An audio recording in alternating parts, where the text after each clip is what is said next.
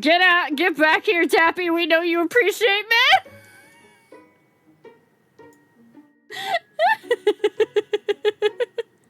Baker just calling your ass out, Tappy.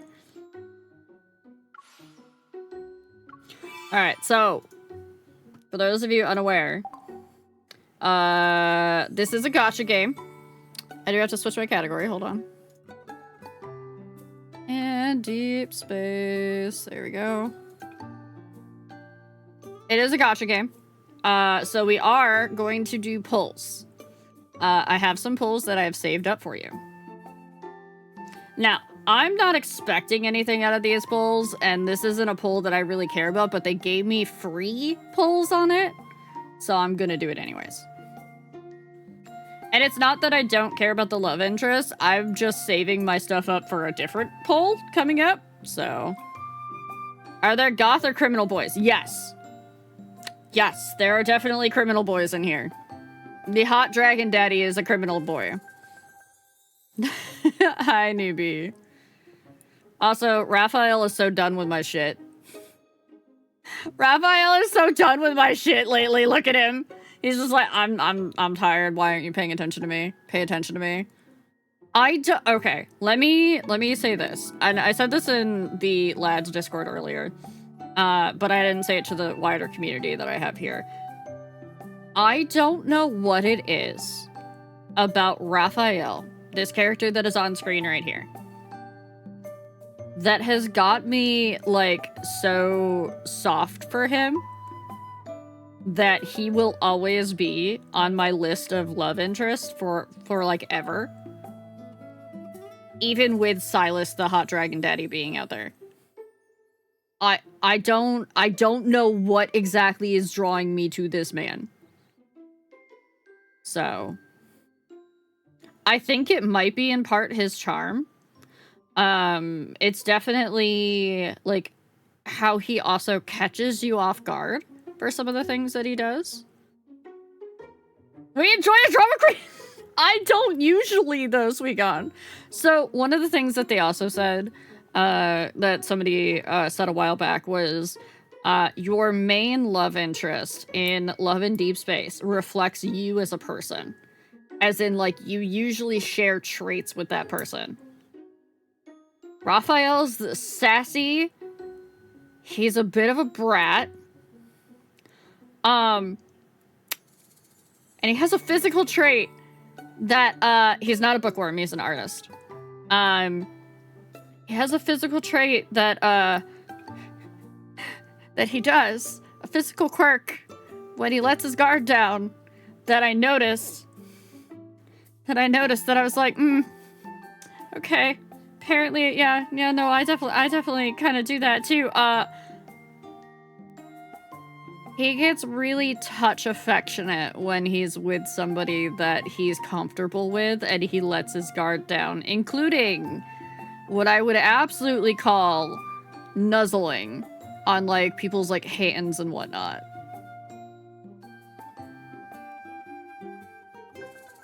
Okay.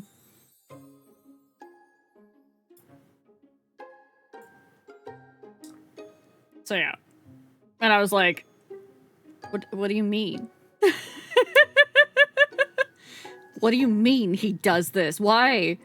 Alright, so, but anyways, that's been my internal struggle lately, is trying to figure out this. I'm also currently trying to figure out the best way to present the story to you all, because there are absolutely two, there's the main story, and then it's not so much, I mean, it is kind of side stories, but it's specific to those love interests, and there's like 6 different avenues that you can take with that, and they don't go in any particular order, is the problem.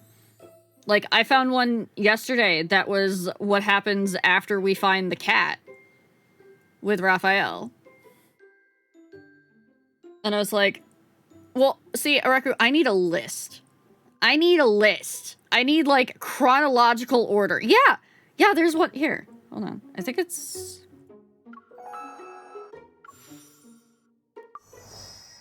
was it? No, it wasn't these.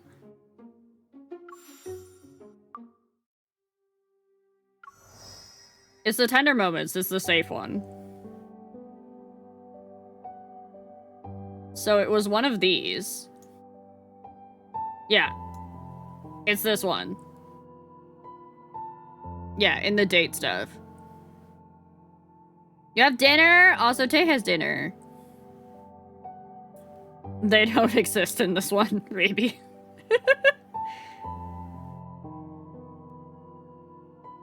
I can have 2 meals, one of food and one of men. Yeah, these and the anecdotes. The anecdotes have story related to the main story. In fact, this is like pre. This is like pre-story. And it gives you backstory of the men, so. Yeah. We'll get to those at some point. Workout day, good luck day. Tay, you being good about the thing? But for right now, we're gonna pull on this one after we watch the video. Wait. Oh, I don't want to watch it on this because it doesn't auto-flip. Never mind. No! Let me out! Let me out! I think most of you have seen the banner, though. So, let me explain this for people that might not understand. This is what's known as a myth banner. As in, it's a separate story from the main story, and it is a separate timeline or memory with that character. Yes, this part is the gotcha. And I'm gonna go ahead and I'm gonna try. So they sent us free wishes. They sent us free currency for this. Yeah, memories are also used in battle. Alright, streamer luck, let's go.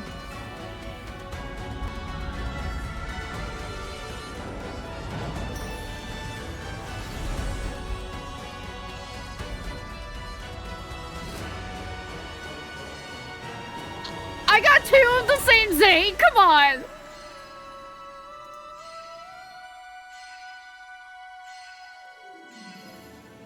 Did I get fucked? I don't care about the actual banner! I got one I really actually did want!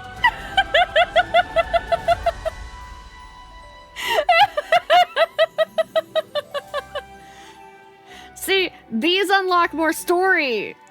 These unlock specifically more story, which is why I wanted this.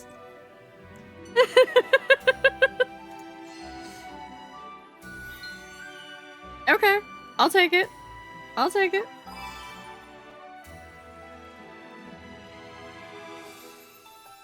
Wait, why did Whalefall Lament convert? I don't have that one. Or is this just the ones that did convert?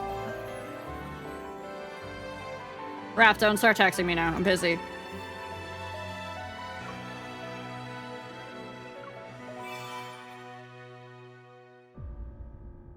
Okay, so that was... I mean, I've got, like, at least 3 more pulls of this.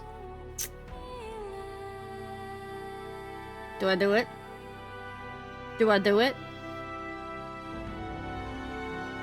Ryu, welcome in. Thank you for the follow. Alright. Limited only for this banner. You don't keep them otherwise? Okay. Well, there's one that you do. Like, okay, so this is what I don't understand. Do I get to choose? Like, which ones I'm using? Or no? Because if I just hit the 10 wish, does it let me choose?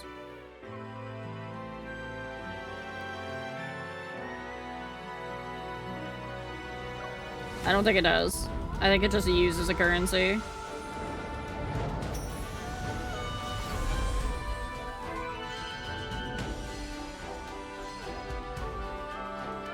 Somebody is happy with Zane.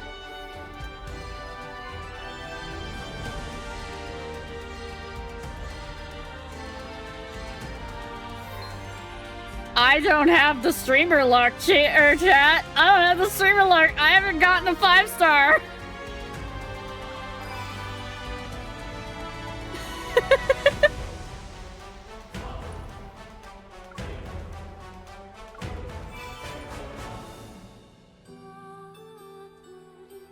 Alright, so it did use the limited first.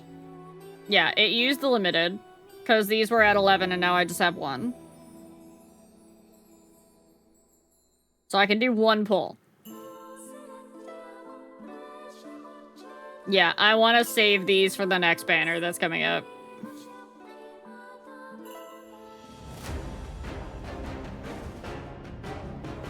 Yeah. That banner. Oh, it changes them to the normal one, so it doesn't say as limited. Okay. So...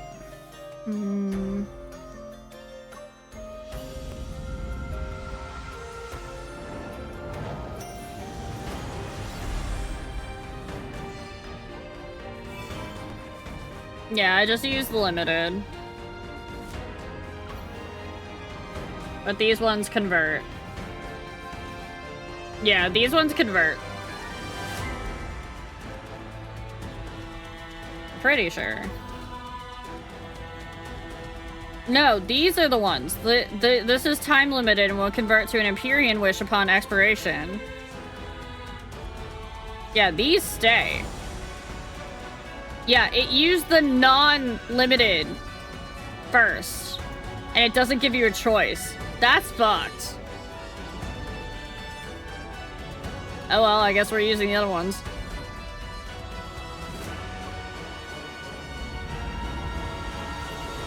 We go again!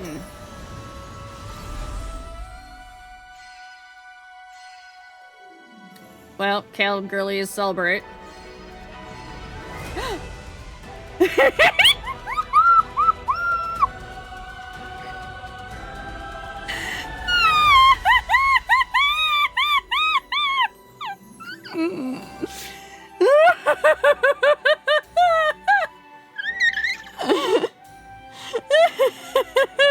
Yeah, and I'm not allowed to giggle and kick my feet, newbie? This is going to be... Oh, I don't think I can do this one on stream. Raku! I can? Okay. Alright, then we're gonna go watch this one immediately after before we get an MSQ chat. I need my Raphael fix. So I don't know. From the image?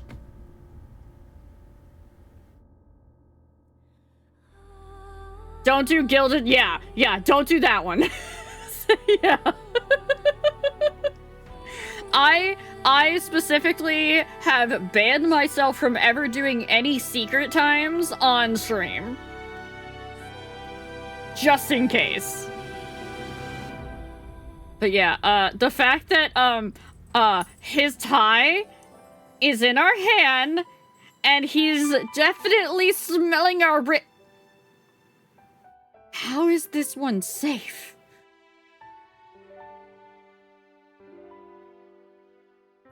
The left ones are limited. Yeah, and it didn't let me choose those, Vegan. This one goes into major lore. Okay.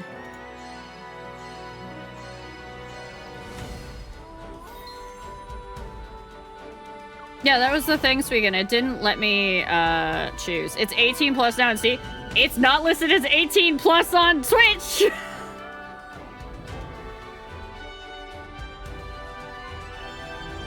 Yeah, it took from this one first, which is Deep Space Wish Limited.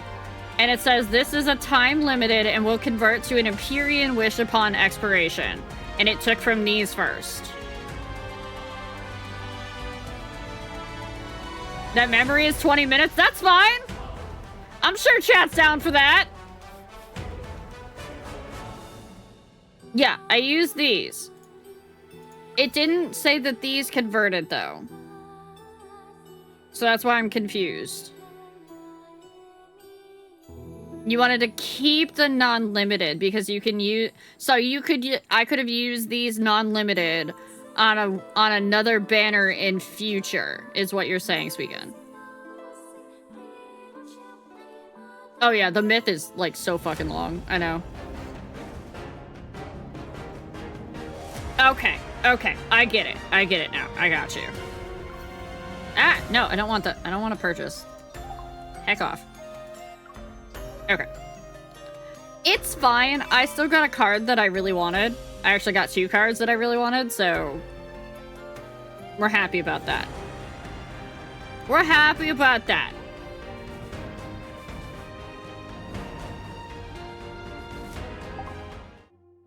Yeah, totally worth it anyways. Yeah, between this one, Whalefall Lament. Oh, this one's gonna make me fucking cry, isn't it? It's gonna make me fucking cry.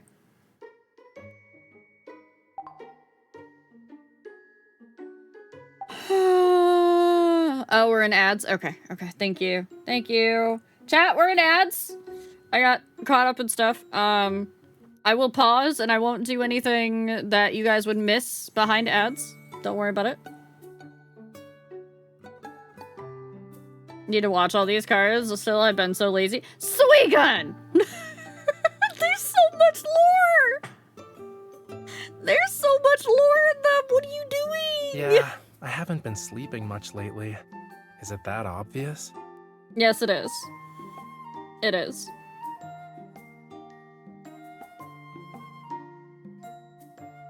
I only watch my Xavier cards because I want to raise my bonds with the other allies. That's fine.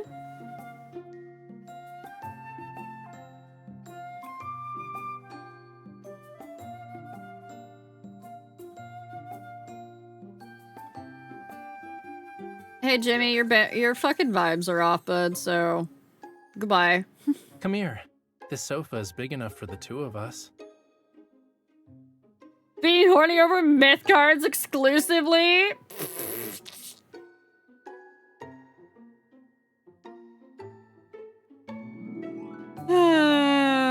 I'm gonna... Oh, wait. Are all of these, like, by your sides?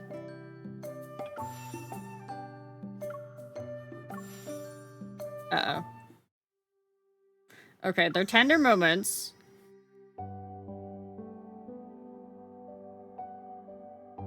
Wait, which ones did I just unlock? Hold on.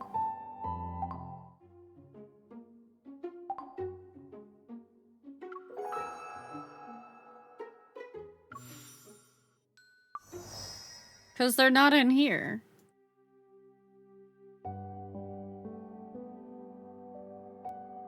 Let me go check the actual cards themselves.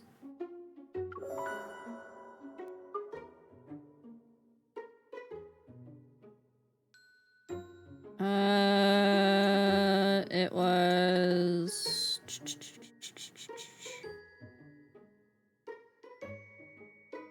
This one. Oh yeah, it's just a, Okay, yeah, it's a by your side, so it's just gonna be, audio. It's just gonna be audio. Though, I think, actually, I'm going to hold those. Because I want to do those all in order with chat. I want to do them in specific order. So, we're gonna hold on those, and we're gonna go back to MSQ. Which is, I'm okay with. I have no control.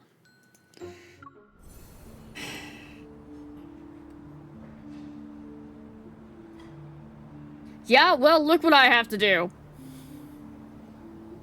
Oh, I do them, like, off-stream to make sure that there's no, sussy content in them, I guess. Anything that would, like, I'm super careful, about anything that I'm gonna show chat. I usually preview it first, with the exception of the MSQ. So, hey chat, buckle up. We're about to go into the one that's called Roleplay. With Silas.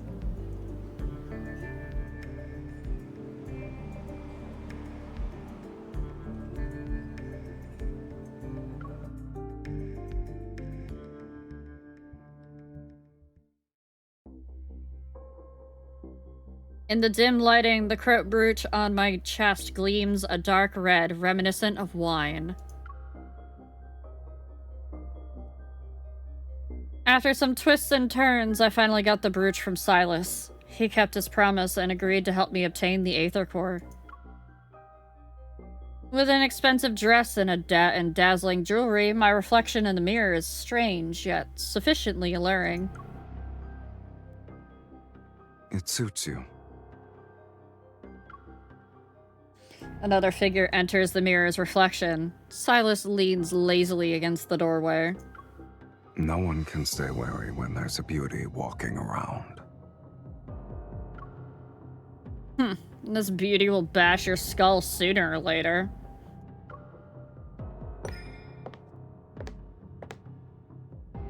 I turn around and walk up to scrutinize him. You're just going to waltz right into a dangerous auction without a plan? I like how you assume I didn't make one.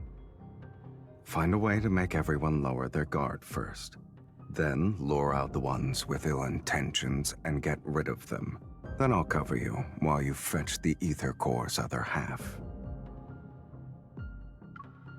That's it? It won't fail. Promise. Silas gives me another once-over. I angrily take his outstretched hand and walk to the door with him. You better not be a liability later. To deal with the real masterminds behind the auction, I can only ally myself with someone deadlier than the enemy.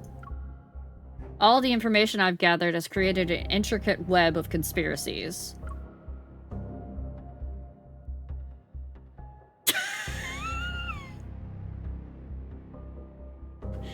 Now it's time to tear it up. I hate his smug face. I want to bite him. In the sky, the stars are devoured by an endless darkness. The deep space tunnel is silent, seemingly frozen in time. Suddenly, there's a thud. A pulse resembling a heartbeat.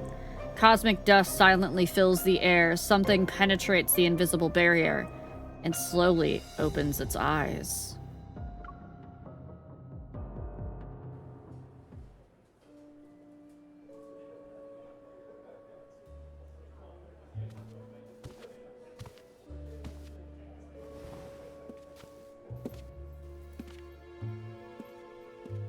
Oh, we're fancy. Oh, I forgot to change my thing! It's not too late to back out now, if you want to. Focus on yourself first.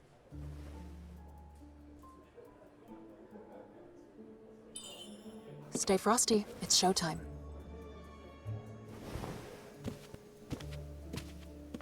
Someone remind me to go change my hair after this. 1, 2, 3 guys. Who's that person? That's quite the next to him? ambush. Silas, are you sure they'll bite? It depends on your performance. Mr. Silas, we've been expecting you.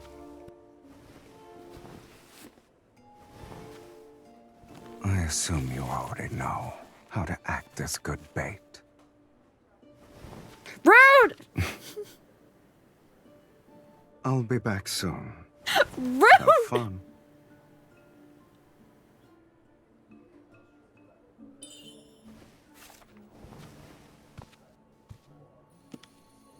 These are ordinary protocors. Good thing they aren't bombs. Yes, it is. Something's off about this one. Was it tampered with? Did anything catch your eye, miss? There are even better ones on that side. The stuff you have is pretty mediocre. I'm sorry, I just love his tablet. Silas, it's okay for me to purchase a few items with your card, right? Don't bother me with such trivial matters. I'll take this for 1 million. Please wrap it up for me. 5 million. Why? Your offer will make people think I'm broke. Wouldn't want that, sweetie. In that case, I won't hold back. I changed my mind. 10 million. Are those all the protocors you got? I'll buy everything. Pompous.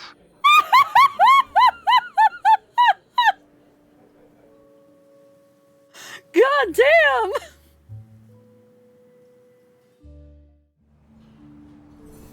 Alright, I'm gonna go change my hair real quick, so that it sticks, so give me a second. Alright, no, I didn't want this one.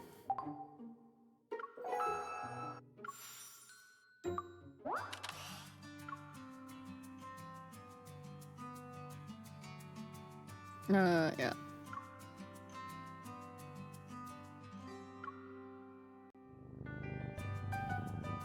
Thank you, Heavy. Facial. Roll all the way down to this one. Hit go.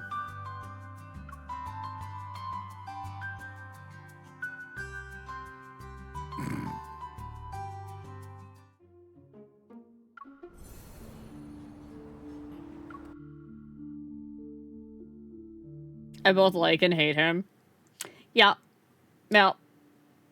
That's about accurate. Beams of golden light shine in from the smooth, dark walls. They illuminate the room's elegant decor. On the sofa, Silas shakes his whiskey glass. The ice cubes swish around, making soft, clinking sounds. There's a painting on the wall called In Expectation, which depicts angels, demons, and the Grim Reapers sitting around a table. The last empty seat seems to be for him. Mr. Silas.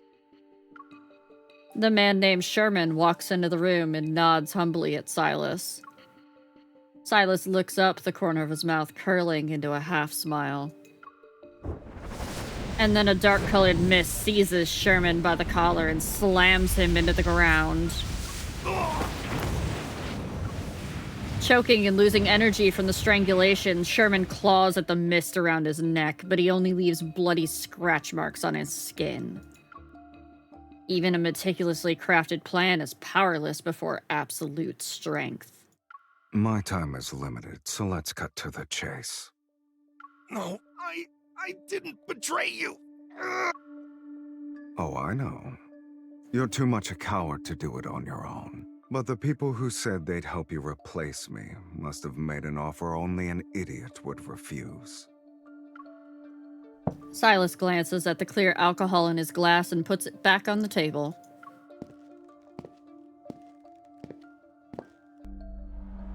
With a faint glow appearing in his right eye, he walks over to Sherman, who's sprawled out on the ground.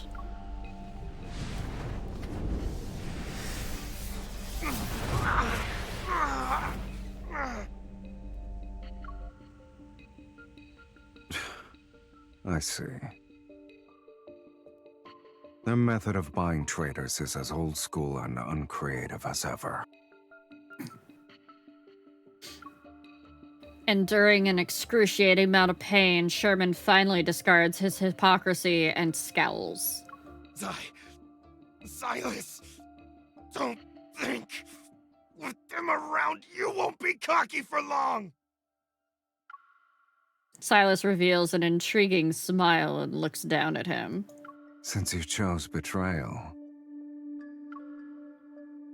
my only option is to make you pay in advance. Oh, he did. Inside the banquet hall, people converse and mingle. Countless eyes check me out, both openly and from the shadows. I fiddle with the protocores I bought. There are traces of other protocurves. They were modified. I turn around and several pairs of eyes immediately look away. I take this chance to speak in hushed voice into the earpiece. Silas, how are things on your end? Miss, the brooch you're wearing is very exquisite. May I buy it from you? Whoa! A man wearing a suit suddenly blocks my way. Holding out his hand, he smiles as a faint blue electric current flashes from his cuff. Wearing a poker face, I step back and raise my chin. Not interested. Excuse me. The man doesn't budge. He takes another step towards me instead. How does 10 High Towers sound? Ah, the banquet is about to start. Would you like to dance? What are high towers? They're special weapons made from high-grade protocores. A single high tower can obliterate this entire hotel. Sorry, The brooch is a gift from me. You wanted to sell it. Who knows if you were coming back or not?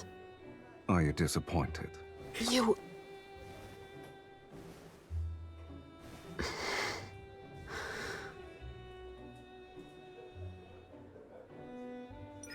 He was going to spend a fortune so he could dance with me. What about you? Shouldn't you make an offer as well?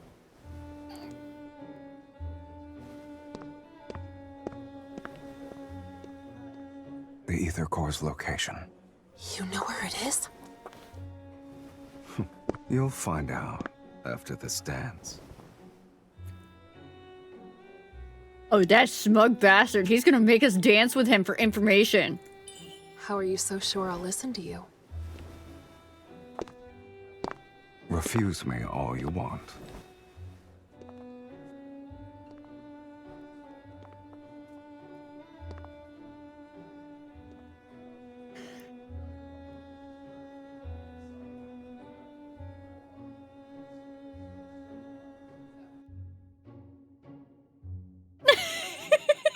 Proto.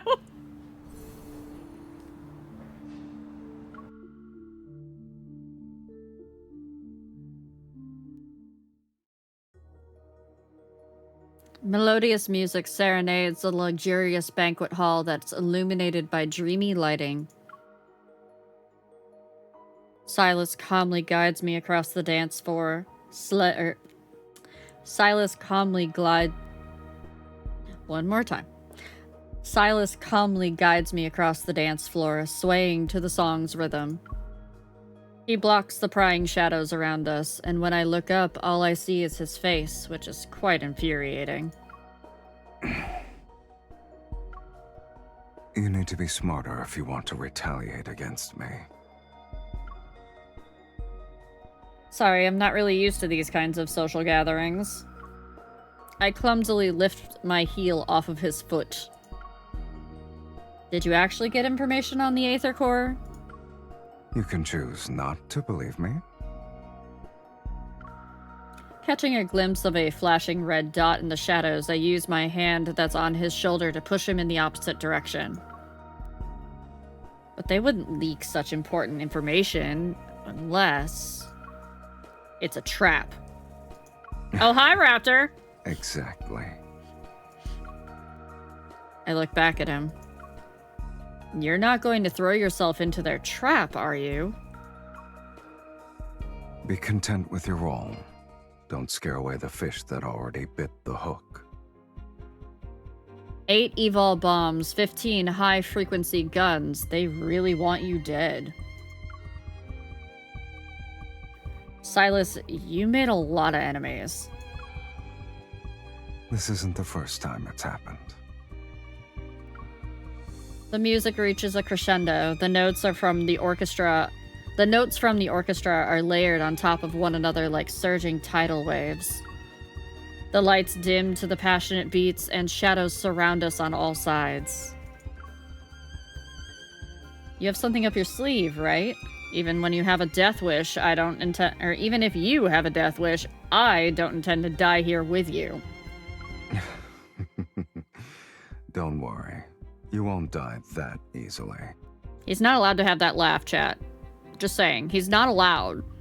Not allowed to have that laugh. Mm-mm.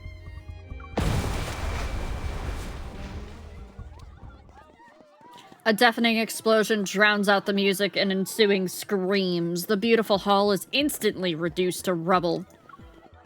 Amidst the surging chaos, Silas tightens his grip on my hand. I hear him softly scoff. To my surprise, I see him nonchalantly crush something before throwing it into the debris. Savvy, that's because you're trying to emulate Silas.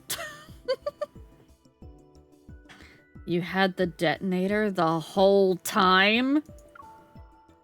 The vermin were taking their sweet time. I was getting impatient. The metaflux is quickly increasing, and there's more than one wanderer. Be careful! I take out my weapon from under my dress and fire several shots at the wanderer that was about to attack Silas. That was close. How long do you think you'll last with an outdated weapon? You. Silas tosses over another gun. Don't waste your efforts. Anna, you don't have to censor yourself, hon. Did Sherman make you do this? Where's the Aether Core? Answer me! After defeating the last Wanderer, I find a henchman cowering in the corner. I press my gun's muzzle against the back of his head. You haven't won yet. We still have a backup plan. That thing is terrifying. When it shows up, not even Silas. Ah! Black-red mist throws him into a broken stone pillar. With a scream, he falls to the ground like a puppet whose strings were just cut. Violence should be used strategically. Silas calmly wipes the blood off his face, and the black-red mist disappears from his hands. I would have believed you if your hands were clean. Despite the venue being cleared, strong energy fluctuations manifest above us and shakes the ground we stand on. What's making that noise? Are there still some left? Let's go. Where are we going? Silas grabs my wrist and swiftly starts walking. To the place that has what you want. Your bedroom?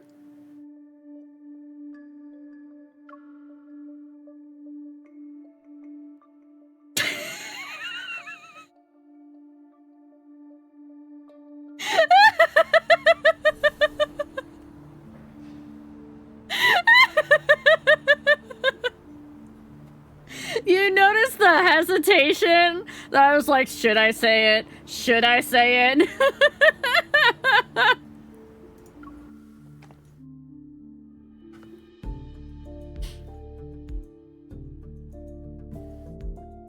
I'm slowly getting more comfortable with the thirsting on Maine, okay? The almost transparent elevator quickly ascends, and the colorful nighttime scenery is hidden by the clouds.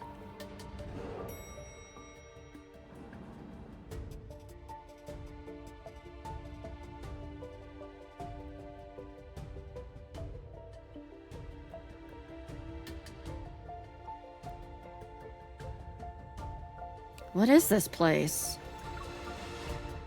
Countless pieces of metal are strewn across the spacious rooftop that's shrouded in mist, and in the haze, barely visible, are abandoned collection vessels, transporters, and other devices. Broken steel bars poke out from the overgrown weeds. Rusty frames are propped up, outlining a bygone era. Ianazumi, enjoy your amethyst deceiver tea. It looks like a laboratory for experiments. It was one many years ago, but they abandoned it a while back. They? Hi, Doran. Stepping over broken fragments and glass shards,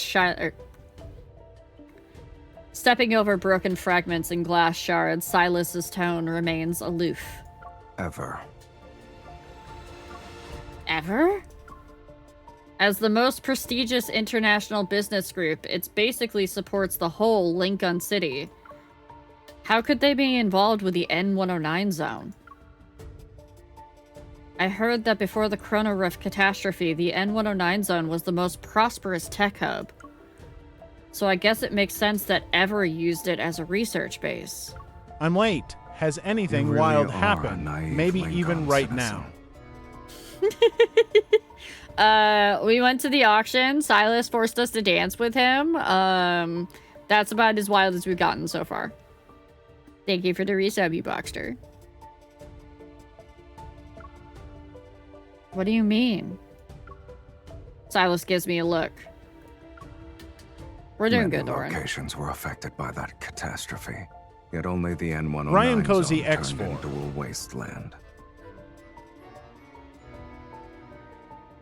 Hi, Jaeger. Thank you for the resubby.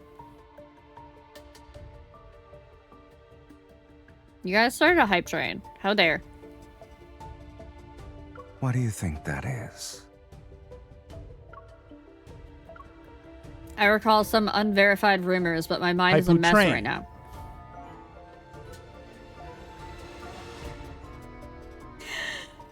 Thank you for the resubby, Doran. I recall some unverified rumors, but my mind is a Corgo mess right now. 100 hype train for a hype streamer. Hype boop. We're gonna end up reading the same paragraph like 3 times now. Thank you for the biddies, Jaeger. I recall some unverified rumors, but my mind is a mess right now. I can't think of any theories. We're here. I'm okay with interrupting Pigeon. Slow vibrations resembling heartbeats pulsate in the sky. I look up and see the deep space tunnel. It kind of looks like a jellyfish.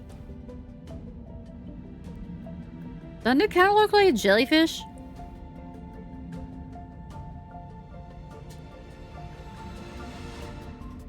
Yeah. Yeah, it kind of looks like a jellyfish. Don't slip on it! We're not playing Peak. We're not playing Peak! Dense clouds and vortexes churn amidst darkness, and occasionally a stream of light flashes across the night sky. The silent tunnel is like a telescope peeking into the universe. The deep space tunnel. The deep space tunnel. This is the first time I've been so close to it. A tiny beam of light enters my line of sight. I can't help but take a step.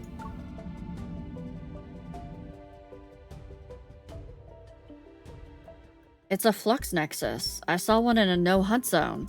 Then you should know what it contains. These fluctuations aren't produced by normal protocores. Silas stands next to me, looking at me with his eyes that have unfathomable depths. Think about it first. Once you take it out, there's no going back. I mean, they say that about the thing in your pants, too.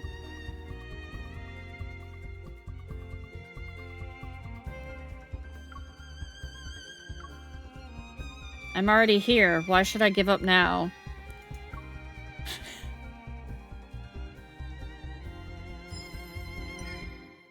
Gritting my teeth, I put my hand on the flux nexus. The power of resonance instantly...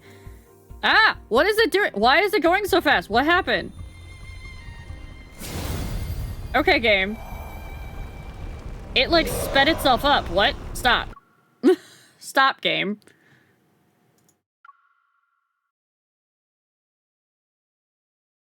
Gritting my teeth, I put my hand on the flux nexus's intricate pattern. The power of resonance instantly flows through my body, and dazzling light seeps out from my palm. A shiny floating protocore appears. The Aether Core.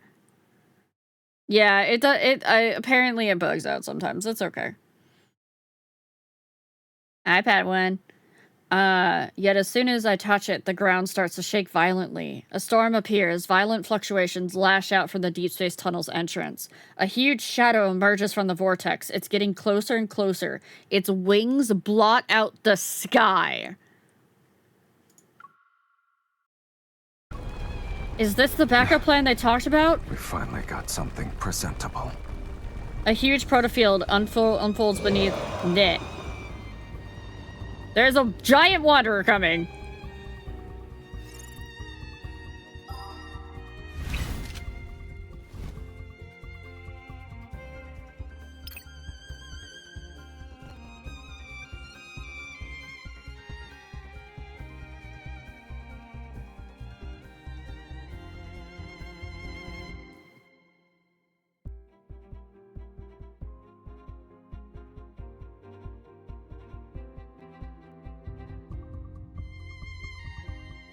Also, not gonna lie, this music reminds me so much of, like, Final Fantasy music.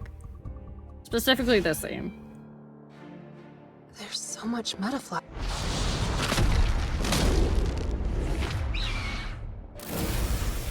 Arbiter wings. Damn it, I can't resonate. It's not too late to back out now. Are you scared? Hurry. Destroy the stone feathers now. I'm letting it play on Don't auto. let it hit you. This is on. Stay away from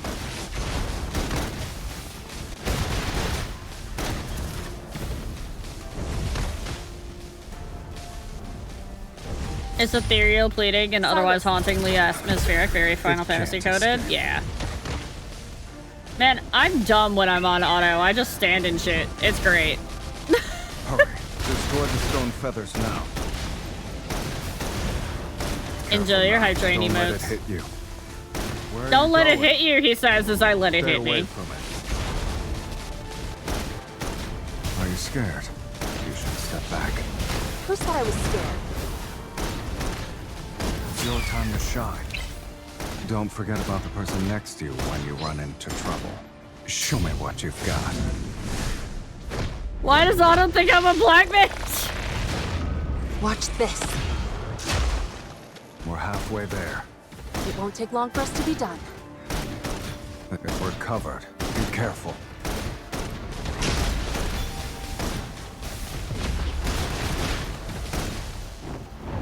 Oh. Ultimate? I like a difficult. Still not over? Oh, we might I actually mean, fail this.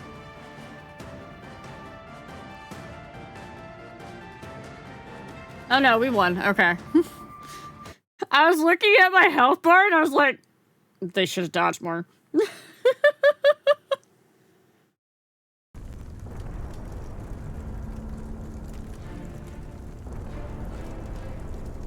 Oh, it's loading something. Let's have it. It's struggling a little bit. The emulator's struggling a little bit. Oh. So much blood.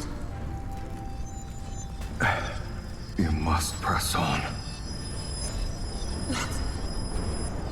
Because if you don't, there's no going back.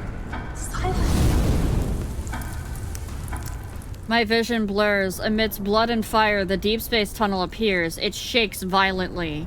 You must press on. We just had a past memory. The life you owe me. Now is not the time to repay it. Looking at the hand reaching out to me, I see Silas's cold face, but there seems to be a shadow above him. I can't help but reach out as well. Unprecedented power swells between our intertwined fingers. We're resonating finally. Instantly, I feel a tremor from deep within my heart. Something flows through my veins. The Wanderer's dissipating particles fall like a misty rain, yet a brighter light... Something. Hold on. I hate it when it does that. I don't auto it on purpose, and it does that. The Wanderer's dissipating particles fall like a misty rain, yet a brighter light pierces through the haze. The Aether Core emits countless rays of golden light that seep into my heart. The warm, familiar power continues to surge. I don't know how much time has passed when the fluctuations around me slowly start to subside, the moments within my body, bleh. It's as if an ocean's warring waves have silently calmed down. Stop, game! Come on! Let people actually read your text. Ugh! It's as if an ocean's roaring waves have silently calmed down, turning into ripples on a lake surface. Not all of us are speed readers! So this is the Aether Core. What? Silas? Its power belongs to you now. Naturally, the vessel will break as a result. I watched a TikTok about this. That look in his eyes. That look in his eyes, for those of you that don't know, that was Silas remembering the past life that we shared together. That is pain. That is deep, unadulterated pain.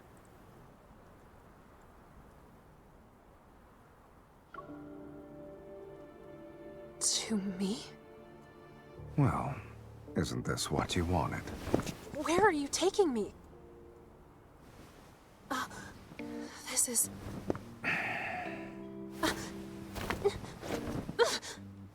Let go already!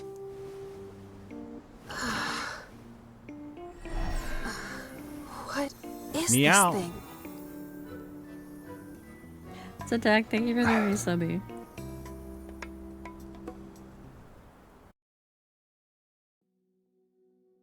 Silas doesn't respond, and the powerful tremor that shook the deep space tunnel ignites a chain reaction within the N109 zone.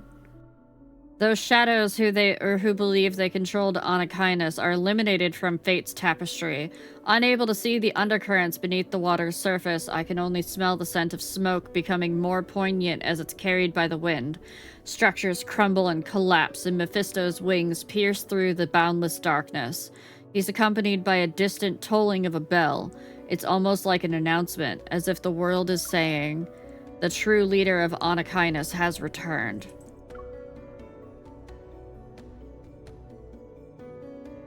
However, Silas, amidst the raging storm, remains nonchalant as he sits next to me. Our racing vehicle leaves our enemies behind, while intermittent light seeps through the window to obscure his silhouettes and goals. I never held on to the naive notion that Silas assisted me in acquiring the Aether Core just so he could clean house. This kind of deal would result in him suffering a major loss, and it's clear he's anything but an ignorant businessman. What are his true motives? For a moment, his expression as he gazed at the deep space tunnel resurfaces in my mind. Then I feel a sensation in my palm. I'm still clutching the fragmented protocore. It's as if I'm subconsciously grasping onto an answer that is yet to be revealed. The linkage between my hand and Silas's suddenly flickers, seemingly sensing the swirling thoughts in my head. We heard you and Boss took care of the traitors and thieves. You even destroyed the Aether Core together. Good job. Just calling to let you know that we cleaned up at the nest. No one will be causing trouble for you anymore. Huh? When did... Our boss told us to do it. While he looks mean, he's actually... See you later. Boss? I didn't mean to. So, what's your plan? Chop it off. But it seems to be some sort of energy linkage. Can I even physically attack it? I was talking about your hand. Or you can settle down in the N109 zone. I have more than enough time to solve this problem with you. No thanks. Let's use a more efficient approach. He just asked us to move in. Let's destroy the Aether Core in your body. Ah! You're saying our Aether Cores created this link? Okay, why don't we destroy yours then? Never mind. With your current level of resonance, it won't last long. But before I started resonating with you, I saw a strange vision. It's not a big deal. From now on, you'll be seeing more things like that. So that was real? If I say yes, will you give me a sincere apology? This world is different from what you see, but I'm not in the mood to tell stories at the moment. You should think about your next move after leaving the N109 zone. And don't forget our deal. Then you should make sure I can leave safely. The outside world is more dangerous now. Thanks for the warning. I'll be careful. In any case, until the resonance issue is fixed, we'll be meeting more often in the future. That sounded like a threat. And so I left the N109 zone, the dust settled, but the deal with Silas lingered like a silent yet turbulent mist. I found myself falling into an abyss. In the blink of an eye, the doors of memory swung open, and something began to stir.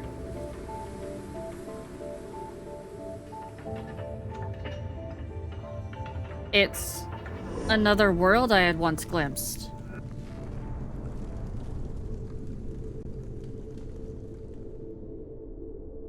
At the confluence of the entwined timelines, I heard it, a faint yet distinct heartbeat, echoing through the stillness of eternity.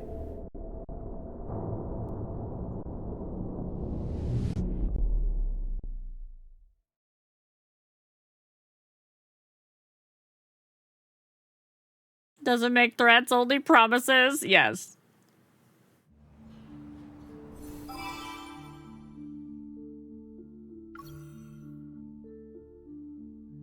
Okay.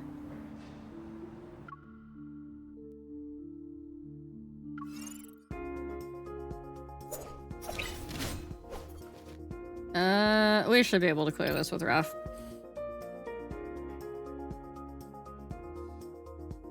Are you all ready for come? My shark is hungry.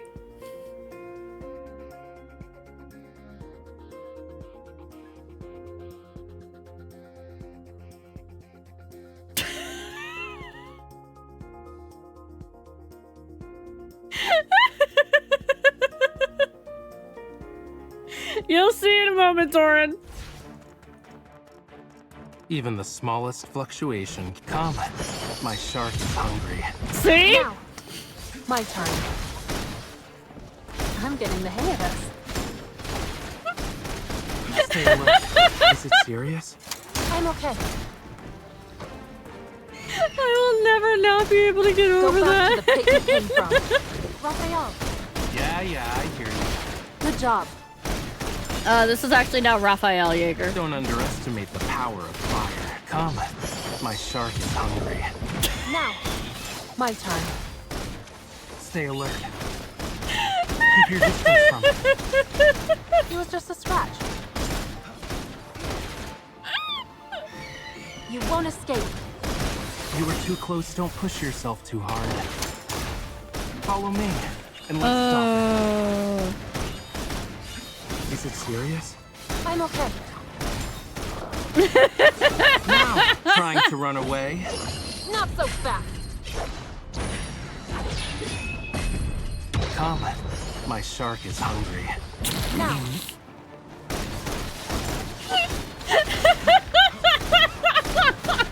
Don't underestimate the power. That wasn't so tough now, was it? it's over. I was like over and I just see Sergio just say God.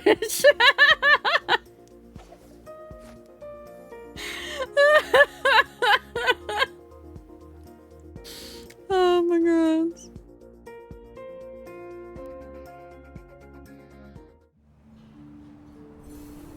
Hey look, we get to go again!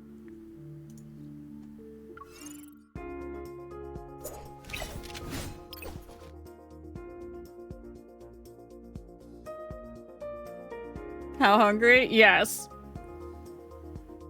It's just the one shark? I mean, I think we could technically count Raphael as a bit of a shark, given what I know about his storyline. Call your doctor if your shark is hungry for more than 4 hours. Raptor!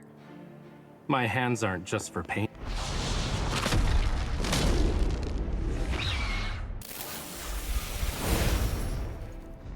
Follow me, and let's stop it. Come. My shark is hungry. Now, Okay, Otto, I'm gonna need you to dodge better. I'm gonna need you to dodge more during this, Otto. Come on. You're so good at doing the dodging when it matters. Like to get the perfect dot. There you go. There you go. Yeah, I hear you. Did you Good job. just use... Are you okay? my turn. Come. My shark is hungry. Now, Here's our chance. eat this. Otto is definitely not smart. What an eyesore. Impatient, are we? Oh, man. So I have a recovered question so for the fast. experienced girlies Now, in here. trying to run away? I know that's gonna come Not off so weird. fast. The dates that are the Don't tender distract me. moments, Don't let your guard down. do they change their Come order? back. Are you trying Like to if get one, yourself like if you get one later I'll take that it is down. then Is it like serious? supposed to I'm be okay. like chronologically My higher turn. in the chain? Because I feel wanna like see- mine changed. I'll I feel show like the you. one that was number 1 is now no longer number 1 sort of deal. Are you still holding on? Follow me, and let's stop it. Come. My shark is hungry. Because I'm definitely not getting them in order, Don't I'm let your pretty guard sure. down. Because That's they're card definitely a safe drops, spot. so. Just a scratch. Here's our chance. Go back to the pit you came from. Raphael, Yeah, I hear you. good job. Oh, man. Yeah, I got recovered so I got fast. 2 tender moments earlier on polls This for is all Raphael. too easy. The game knows. Not even a The game challenge. knows that I'm a Raphael girly at heart, apparently.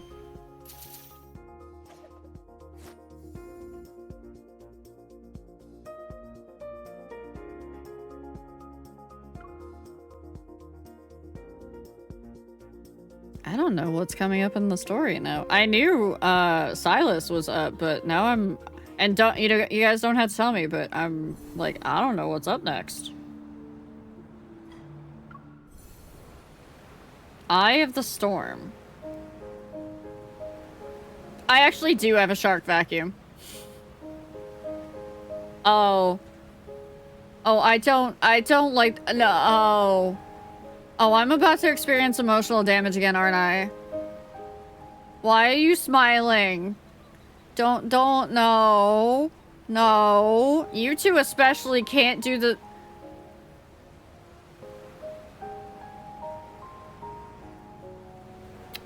With all of the edits to My Little Soda Pop with everybody dying as soon as they go pop? Raptor!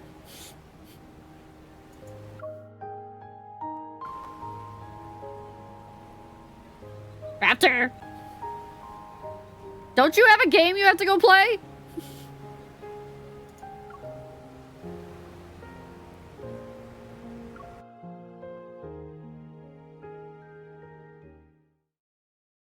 Yeah, there is a Haurchefant one. I saw that. 2 months later.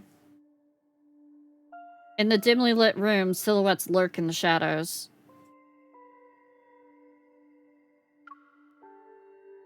Holographic screens flicker with images of protocors being sold. Each flash is accompanied by a symbol marking their status. In the corner is a man whose pockets are heavy with poker chips. He takes out his phone and inputs an encrypted code with ease. The dark web interface on the screen sputters, then pops up a series of windows even more mysterious.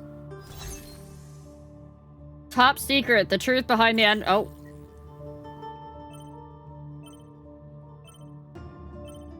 Anyone know what happened in the no hunt zone last night? Heard the court. Oh gods, it's still going. Can I scroll up? No, apparently. Protofield got wrecked at the N109 zone. Rumors say 50 wanderers showed up out of thin air, almost causing a riot. Maybe an Aether Core attracted the wanderers. Someone trying to frame the wanderers, maybe? Don't spread rumors. Saw known Protocore smugglers near the Silver Screen Hotel. Lead? Investigate and report back. A photo appears on the screen. Surrounded by bodyguards, a notorious Protocore merchant walks into the hotel.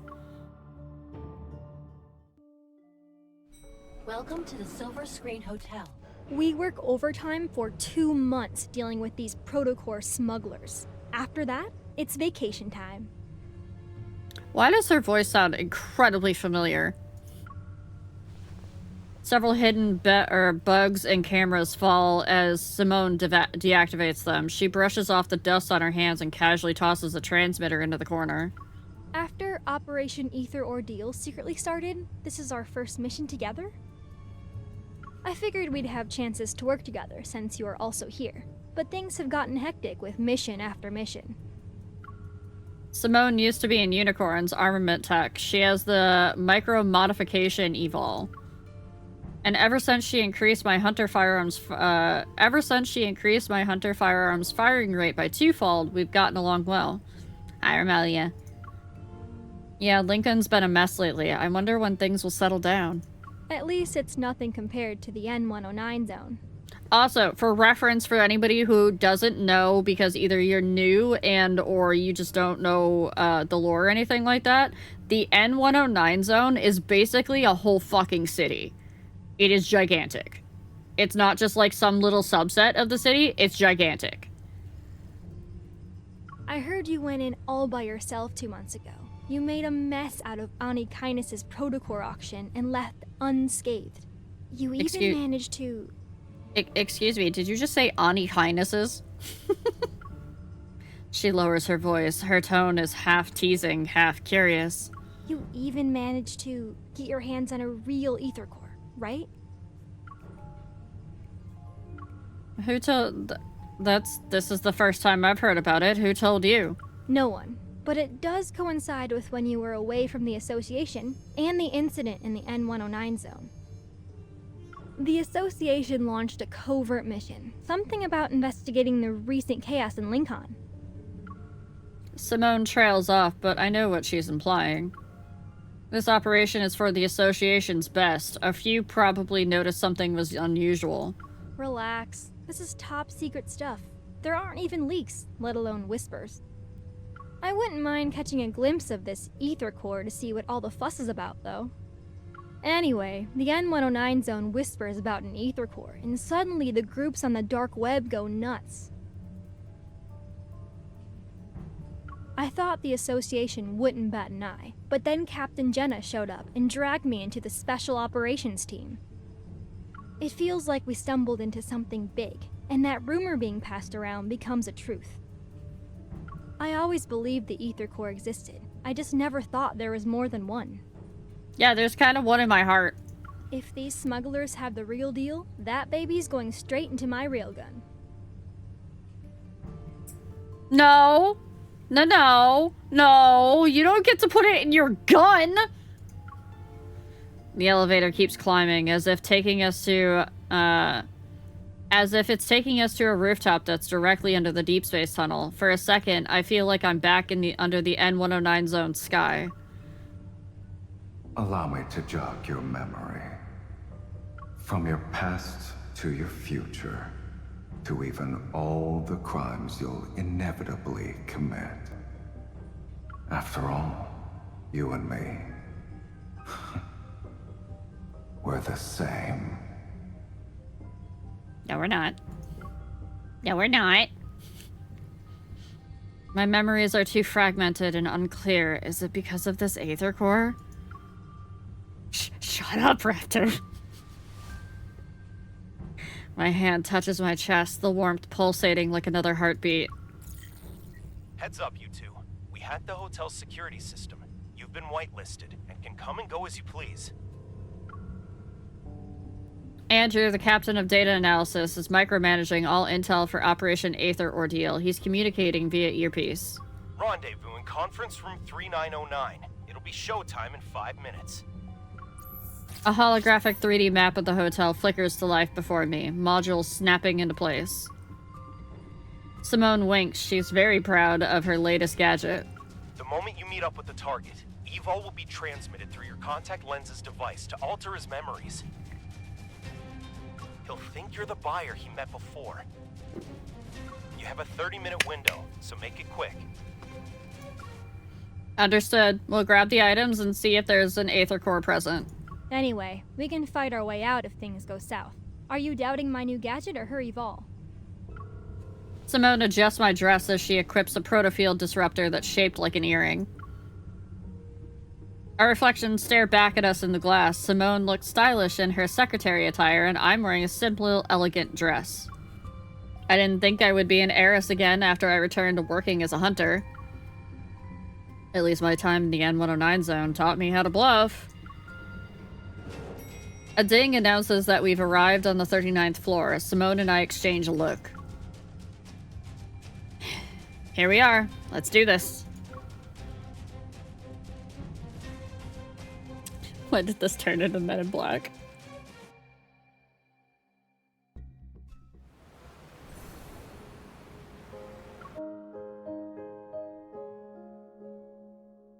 Not that kind of hunter. No, not that kind of hunter.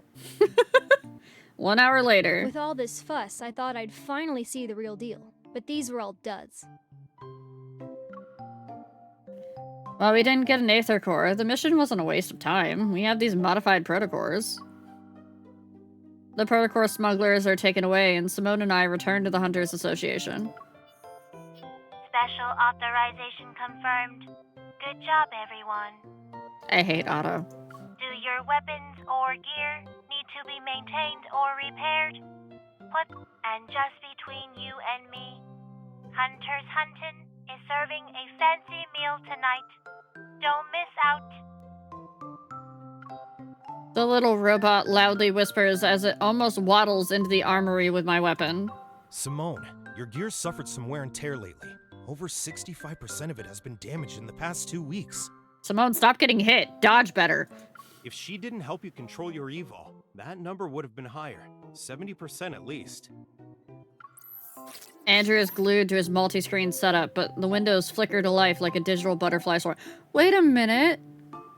Wait a minute. Where's Nero? Where's our buddy Nero? Look, if building a powerful weapon turns out to be a mistake, you can punish me. Also, lead Andrew, it's been 2 months already. Are there any signs of that ether core? I can understand why the association hasn't told anyone about this. It can't be about saving face, no?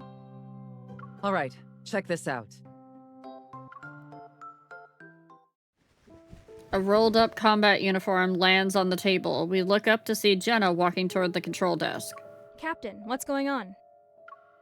A weird yet familiar feeling pulls at my chest. I unfold the uniform. There lies a flat, round object I recognize. It's a hurt knave's head.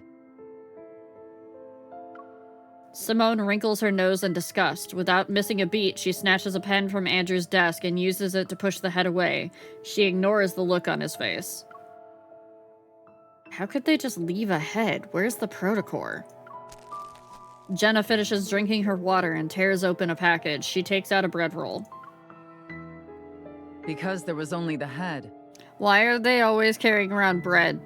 It showed up on Faye Street without anything else.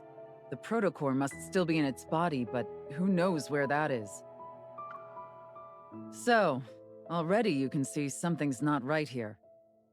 Yeah, but they have, like, pocket bread constantly. Everyone casts their gazes on me. I slowly nod. I can sense a protocurve. It's similar to the one I brought back from the no-hunt zone, number 7 2 months ago, but there's more to it. Is it related to the Aether Core? Yes. We've detected a large beta protocurve on this head. That's a new fancy term. Captain, what's a beta protocurve?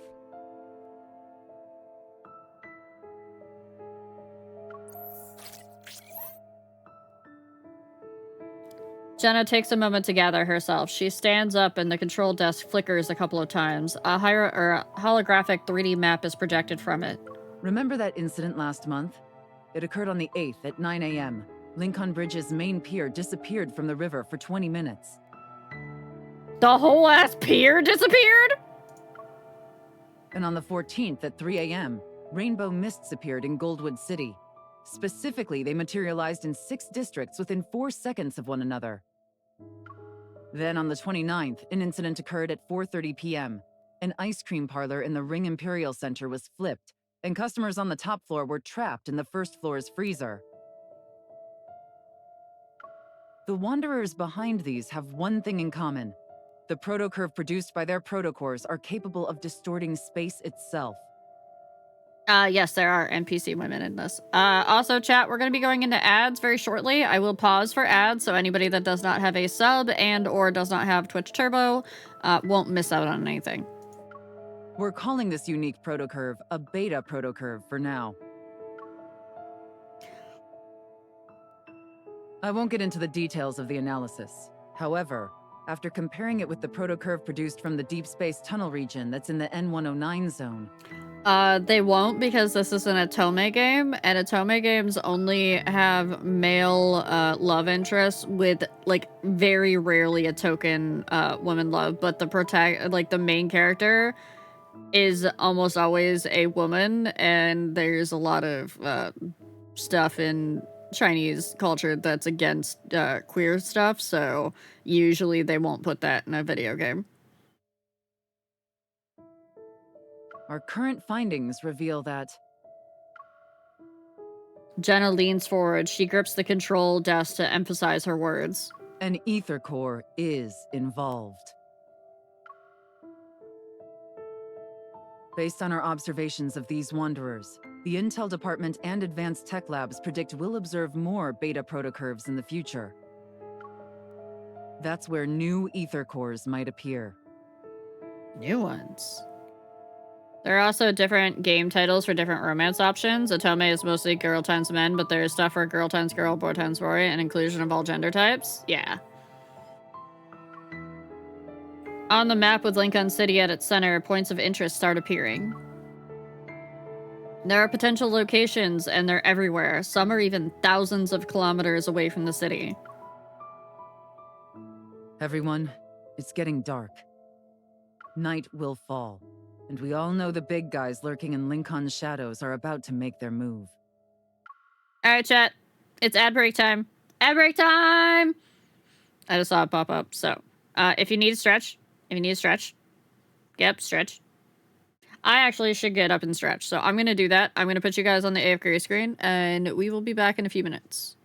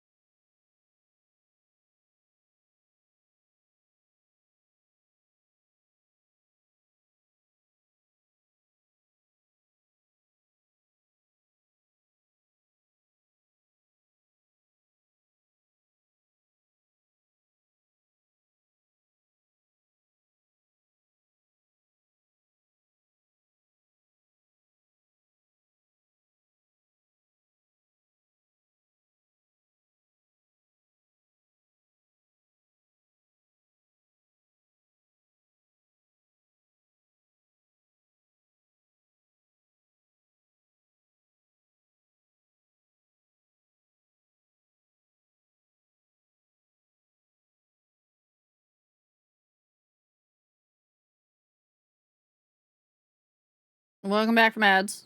Welcome back from ads, chat.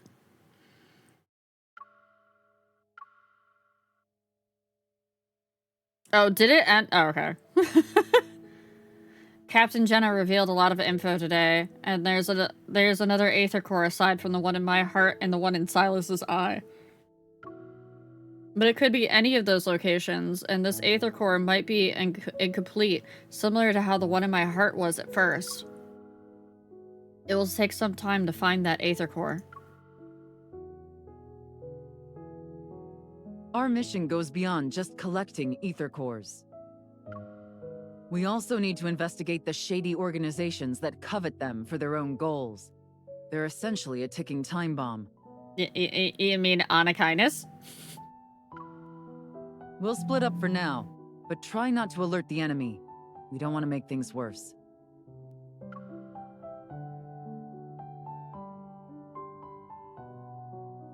Hey, I don't know what you went through in the N109 zone, but this operation is a marathon, not a sprint. Don't be a hero every 5 seconds. Patience is key. Don't be a hero if you find something. After spitting out my toothpaste, I put down my toothbrush and stare at my reflection in the bathroom mirror. I unearthed some interesting info in the Association's archives today. There are also a few loose ends from my time in the N109 zone that need to be addressed. I should first deal with what I can handle right now, so...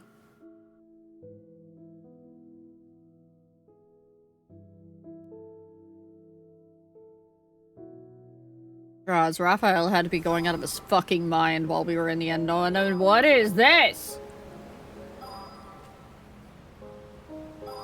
This is different. Hi, Shin.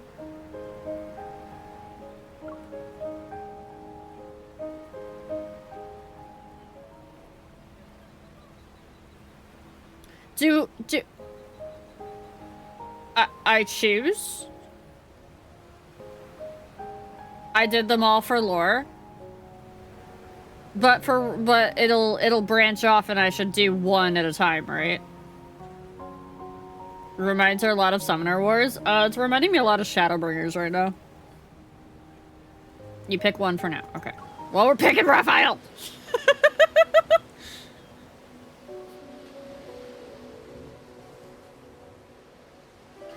Luminosity! Hello! Welcome back! I hope you guys had a good stream with Metal Gear Solid 5. Just in time. I don't know if Lumi's into Love and Deep Space. Lumi? Lumi, how do you feel about Love and Deep Space? I may have played in the focus. I'm going through the main story right now. Because I've never done it. This is my first time. Oh, who's your favorite? Who's your love interest? We don't judge here. Silas. Do you want to join the last Discord? No? No, it's not Silas. Who is it, Lumi? Xavier? Oh, I'm good. Lumi, I got bad news for you. Xavier's only a puppy on the outside, okay? Xavier's, Xavier's not a puppy anywhere else. Show them the new trailer. Lumi, have you seen Xavier's new banner?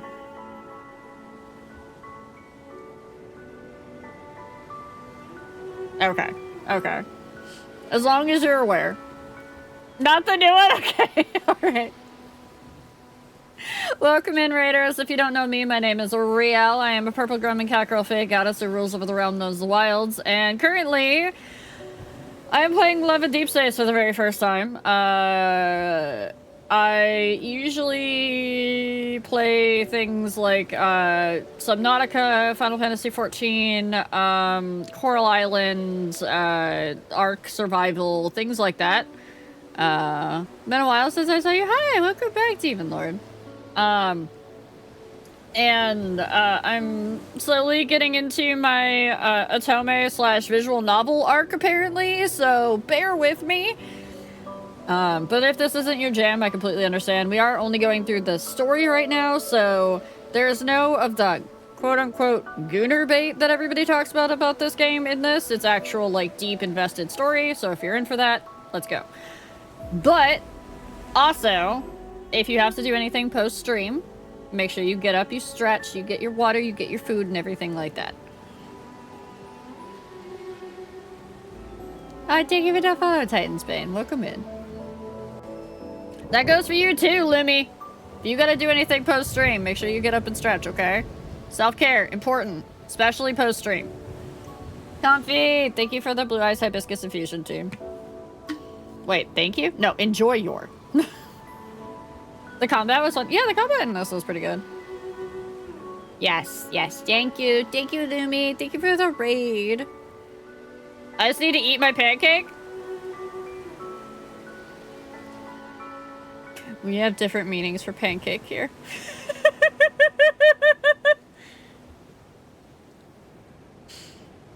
I died of laughter? Oh, honey. Oh, you're so far behind on the story. My little soda pop.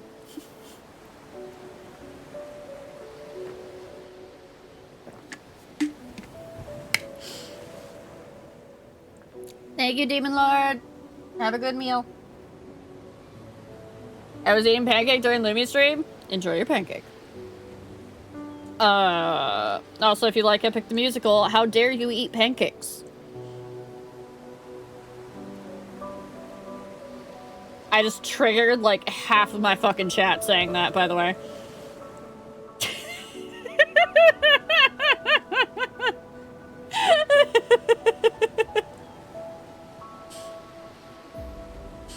Alright, we're on to Raphael's branch of the story. Oh, we just went into the N109 zone for a very long time, and Raphael doesn't like it when we vanish, so he's gonna be super upset.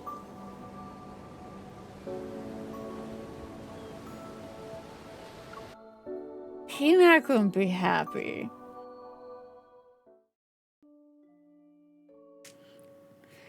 Jewelry, luxury homes, connections, the wealth Maxwell has accumulated extends beyond mere money. According to insiders, Maxwell, who made a name for himself, possesses exceptional jewelry appraisal skills ever since he was young. The banquet he's preparing for his wedding anniversary this year will be held on a private island. All invitees are wealthy celebrities. It'll be hard to get close to someone like him. Besides, this person is already on the association's watch list.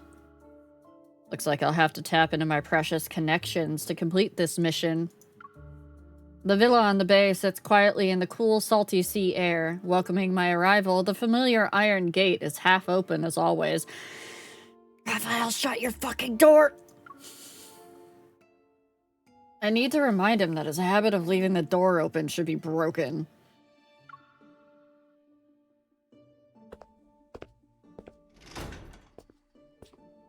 I close the door behind me and head to Raphael's studio. Like, don't get me wrong. It looks so much better. But your position still isn't visually appealing. There are other people here? That's rare.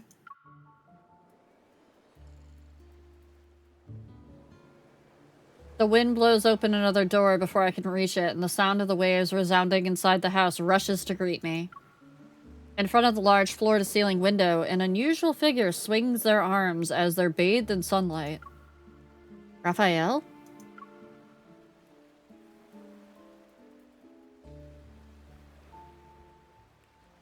Raphael, dressed in formal clothes, turns around. A smile appears on his face as he places his right hand on his chest. He bows. Welcome, my esteemed guest. Please, take a seat. Don't you call me that! He points at a cushioned high-back chair by his small dining table next to him. With his gaze, he urges me to sit. When you mentioned a concert, you were talking about this? It's happening now?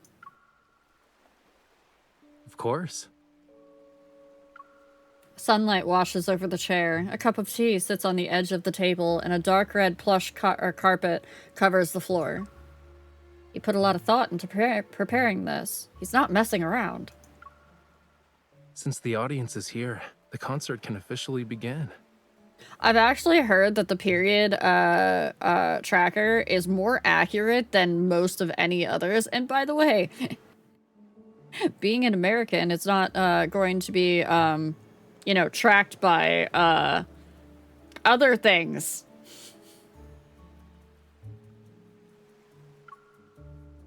I can't help but let my gaze fall on the thin paintbrush in Raphael's hand. Watch closely. This isn't just any paintbrush. It's... Raphael slightly lifts his chin to create suspense. Then he turns back to the floor-to-ceiling window. He holds the paintbrush and poses. If I'm not mistaken, that's the pose a conductor does. Is everyone ready? Raphael, what are you doing?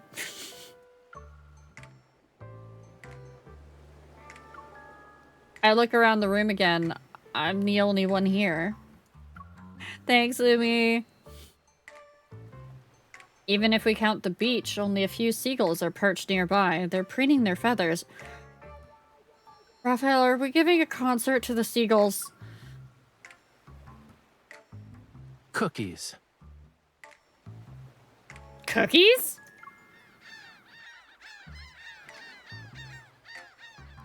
Mine, mine, mine, mine. The seagulls on the beach suddenly turn their heads towards Raphael. They stretch their necks and squawk loudly. Hold on. There's no time. Lemons. The joyful cries of the seagulls immediately change at the same time. They hit a difficult high-pitched note and hold it for a while. The cool sea breeze lifts the hem of his suit and blends with the warm sunlight to create a relaxing, refreshing experience. Raphael's pose is simple yet subtly expressive. His eyes are half closed as if he's engrossed in the melodious tune. Assuming this is a mime performance, it's perfect in terms of being a concert. It's a shame I can't mute the world. Before the seagull's maddened cries overwhelm my mind, I go to the window and set down a plate of cookies and lemons.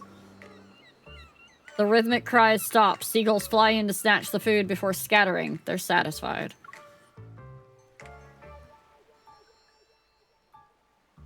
Excuse me. Raphael watches the seagulls disband. He reluctantly puts down his paintbrush. Not only did you interrupt the conductor, but you also fed the orchestra during a concert. I've never met an audience member as audacious as you. Weren't those supposed to bribe the seagulls so they stay quiet? Okay, I guess that was pretty obvious. Tell me to bring my noise-canceling headphones next time. Raphael points to the earbuds, headphones, and pillow on the sofa. I think it's pretty clear how I've spent these past few days. These seagulls are so noisy that I can't get anything done, you know. If I don't find a way to discipline them soon, I'll have to resort to drastic measures. Felix, thank you for the follow. The seagulls finish the food on the plate and flap their wings. They fly towards the azure ocean. Well, a hasty curtain call is to be expected for a seagull performance. The weather's so nice today. Do I have the honor of inviting you to afternoon tea since the concert's over? Twirling the paintbrush in his hand, Raphael walks to the small dining table. He lifts the tablecloth with the paintbrush handle. Thank you, I was planning to surprise you when it ended, but I suppose my plans can never keep up with you. Was the concert only the beginning? Is this the real reason why you invited me over? No. Shut up, Raptor! The aroma of food lingers in the air. As Raphael pours me a cup of hot tea, his gaze implies there's more than meets the eye as it's reflected in the drink's ripples. I heard some rumors, and even if I didn't invite you, you'd probably find me of your own accord. Yes, you did. When I have head pats, I purr. Looks like the sea breeze is good at carrying news. Since you left the N109 zone, certain eyes that lurk in the shadows are waiting for the play's next act. Problems keep coming up. I'm not sure which one you'll deal with first, though. So, I'll take the initiative and offer you a reward of your choice. The rare display of honesty and underlying assertiveness catches me off guard. He's already in control of the conversation. 'Cause he is, Felix. I swallow my food. After contemplating my choices, I pick up my cup and extend it toward him with a question. Why don't you be even more honest? Is there something that needs my immediate attention? Not necessarily, but it is something only you can do. Me? Yes, only you. The corner of Raphael's mouth curls up. As we clink glasses, his expression carries a hint of determination. I know this matter is anything but ordinary for him and me. Breaking the shackles of time requires patience.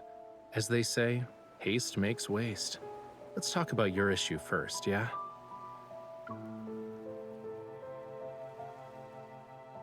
That's because he's a sea god.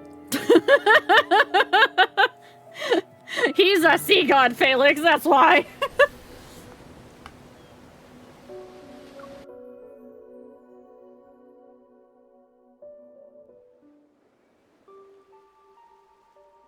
The well-known tycoon Maxwell is on the association's watch list for suspected involvement in illegal protocol smuggling. What? Why are we in Raphael's bedroom?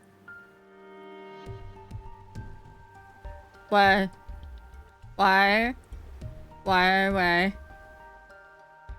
At the last auction he attended, he brought a set of jewelry that wasn't top tier for a high price. Cloudy, thank you for the follow. And claimed it was for his wedding anniversary. The real question is why not? Fair. Would a wealthy entrepreneur skilled in jewelry appraisal make such a mistake? Based on our intel, the association suspects this was an illegal protocol transaction disguised as a jewelry auction. And when we look at the price, if it's really related to protocols, it must be no ordinary type. None of the lads are married except to you. And that's only if you choose to be. In other words, an Aether Core might be hidden in that jewelry. We don't have any conclusive evidence at the moment, so we can't confiscate his assets. You'll have to do an undercover investigation.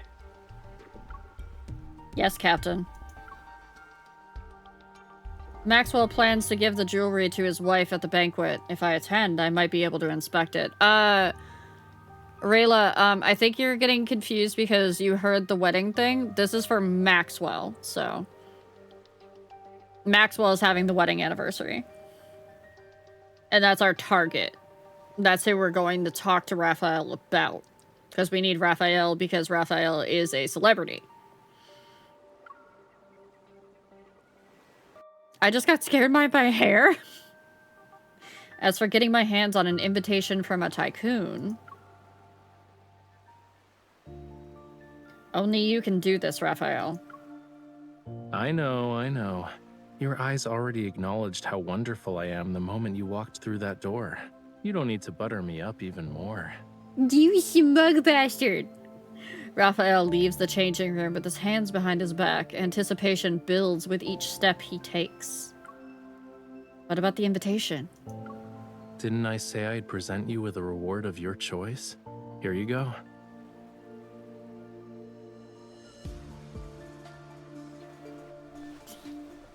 A shadow falls in front of me. Raphael covers my face with one hand and ties something to the back of my head with the other. Did he just blindfold us? Oh no.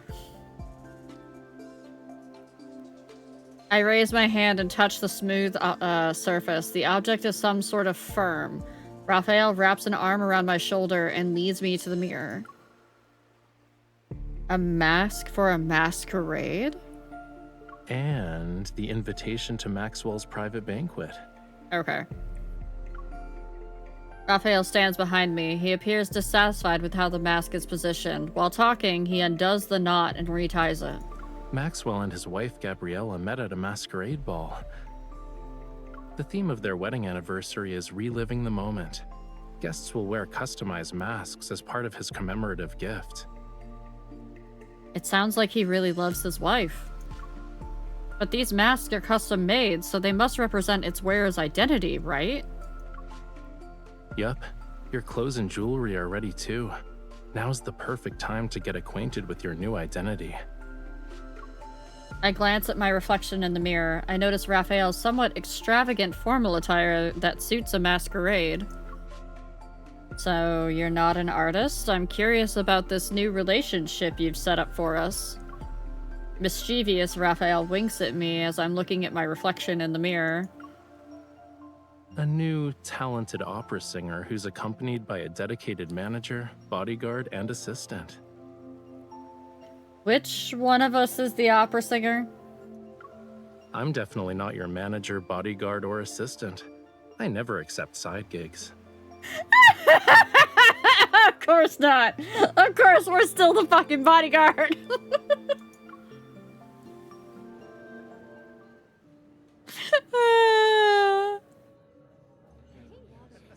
3 days later, on a luxurious yacht, the banquet is in full swing.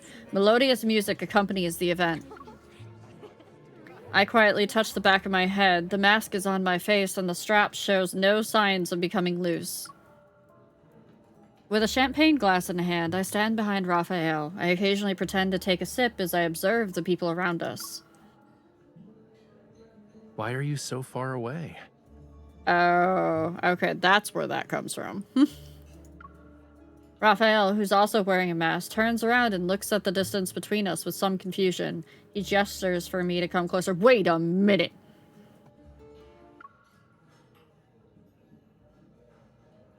Raptor, you weren't fucking kidding. He does have Phantom of the Opera shit going on. That's a half mask. That's totally Phantom of the Opera. What?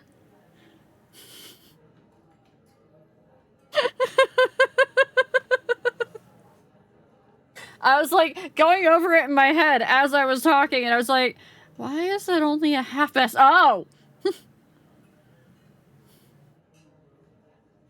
I had no idea I picked Xavier's route. Oh.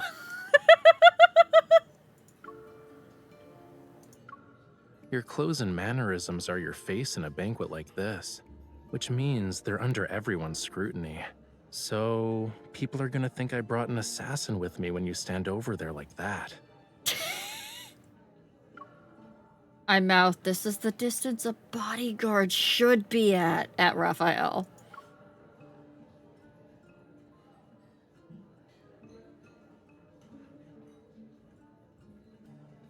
Don't you come closer. Don't you do it. Oh, that's very close. Resigned, Raphael lowers his head and walks over to stand beside me. Then switch your role to manager so we can be near each other. Besides, when you first became my bodyguard, you weren't this meticulous about keeping your distance. Just as Raphael is about to say something, a man wearing a jester mask walks over to us. Shut up, Raptor! No! No! You can't call me out for that!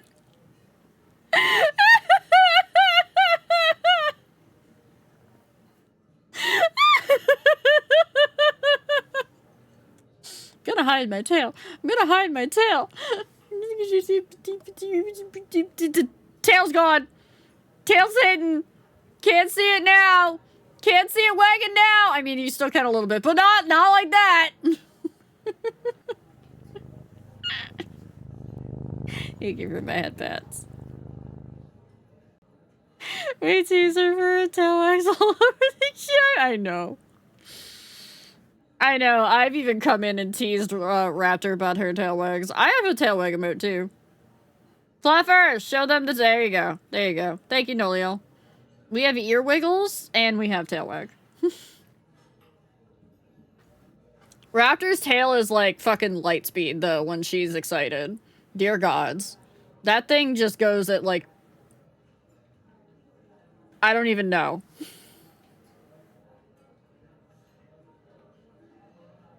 My intuition as a bodyguard makes me step forward to protect Raphael, who's behind me.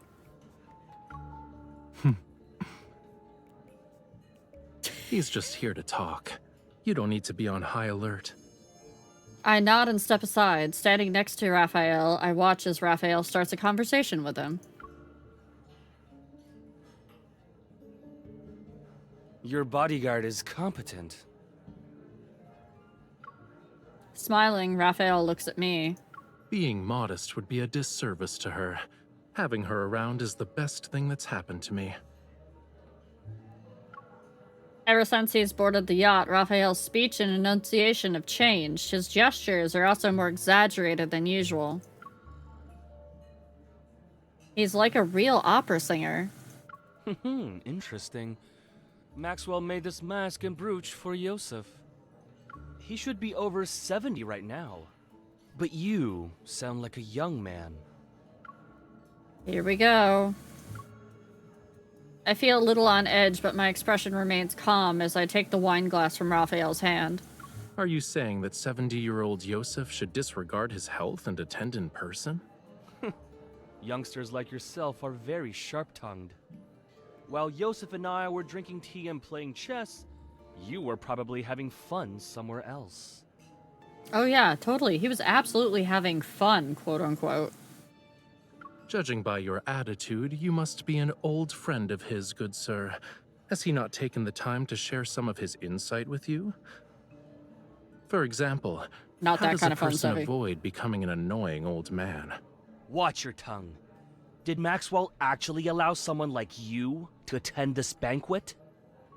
Emotional damage. More like Sevi.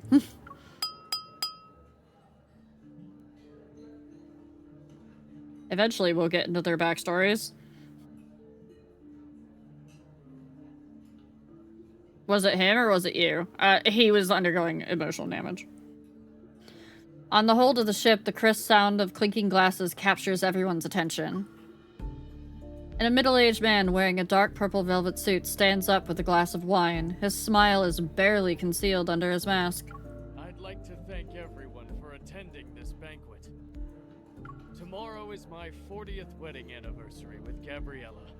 The yacht will arrive at the island where the event will be held. Upon seeing the host, the jester reluctantly closes his mouth. He angrily glares at Raphael before walking away. Oh, having fun? Oh, no. Quote unquote, he was the one having fun. As in, he was the one undergoing emotional damage. That's what I meant by having fun. It was a euphemism. Not for any sexy times, but for the fact that he was undergoing some very deep lore shit.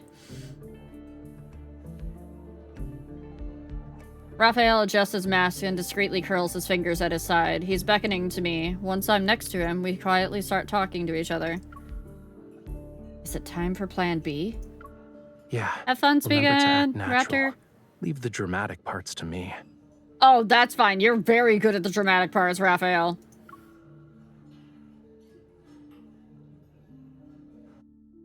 Shut up, outcast.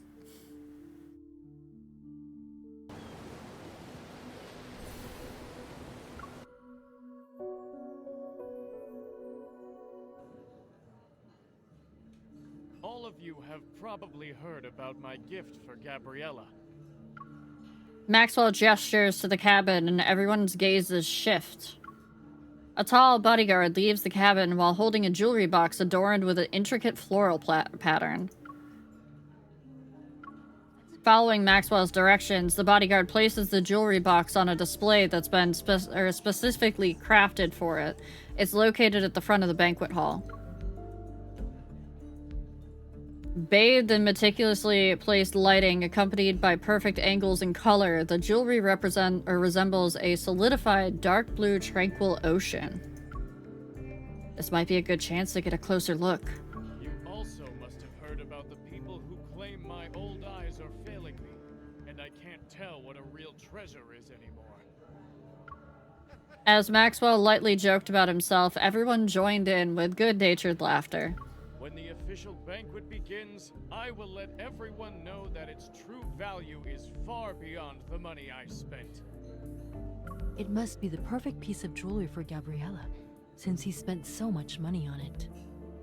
I heard it complements Gabriella's eyes. Maybe that's the reason. I hear the guest conversations around me. Recalling Maxwell's files, I shake my head. Raphael understands the meaning behind my gaze and follows me.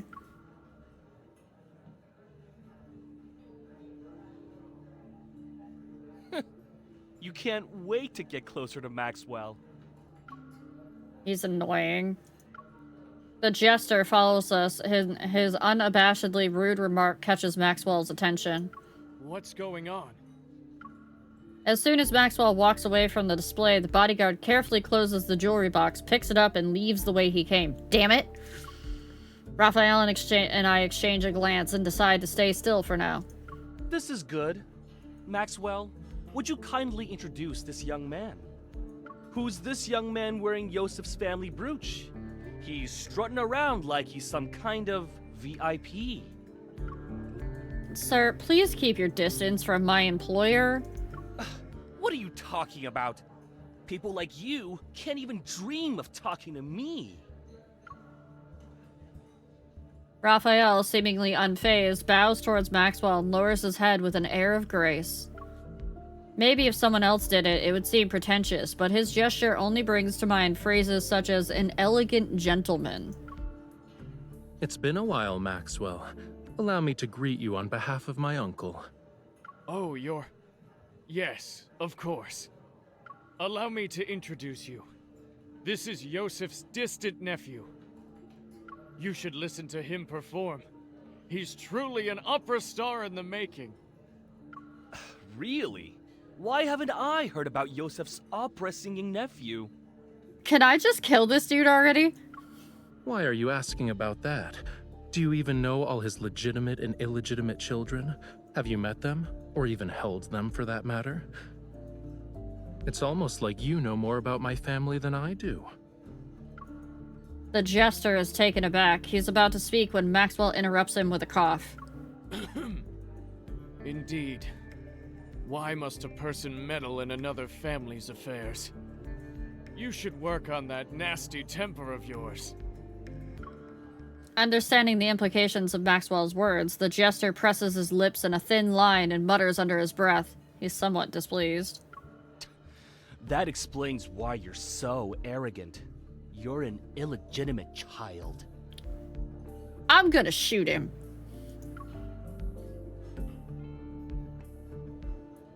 Annoyed, Raphael puts on a stern expression. I position myself between him and the jester. All right, young man. There's no need to get so worked up. I just heard your bodyguard threatening an elder. That's not right. Sorry, I can't do anything about that. My bodyguard, who's also my manager, has a bad temper, especially when it comes to people offending me. I can't just ask her to stop being so protective of me, can I? Maxwell raises an eyebrow before understanding the situation. Ah, youth. For my sake, why don't you all calm down? The night is still young. There's no need to waste it on trivial matters. I think they just implied that I, the main character, have a crush on Raphael as his manager and bodyguard. Raphael scoffs, but he immediately quiets down after I pat his back, then nods at Maxwell. Now that the misunderstanding's been cleared up, I'd be happy to extend this courtesy to you. Let's head back and rest for a bit. Raphael offers his elbow to me. Once I place my hand on his arm, he escorts me out of the banquet hall like a performer leaving the stage. No. You guys got it wrong. I do. Main character doesn't yet, as far as I can tell, from the way the story is going. Raphael heads to a secluded spot. He slows down, leans towards me, and exhales. Acting is so exhausting. But thanks to him, no one will question us. It should be smooth sailing for our future operations from here on out. It's a shame the script changed from nephew to illegitimate child. There shouldn't be any problems, right? The old man has countless illegitimate children. No one would bat an eye if word got out.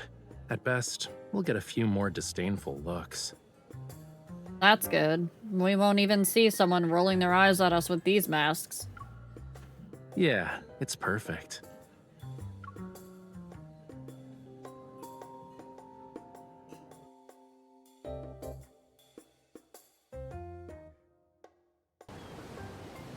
Yeah, but this is such a slow burn story, Faye, that they're not gonna show any sort of like crush or affection this early.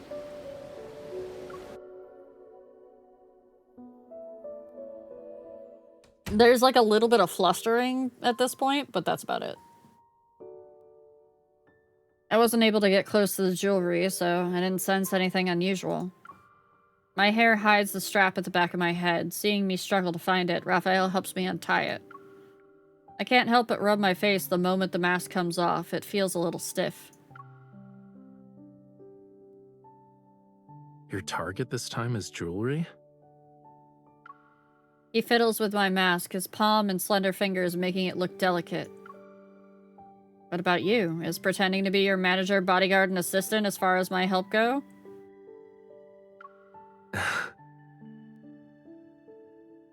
He gazes out at the ocean, his exposed half-face showing a pensive expression. Don't worry. I'll tell you everything when the time comes. I'm not saying anything now because I'm worried the info dump will overload your brain. Now I'm even more curious. Surely you have other questions besides what I'm actually after.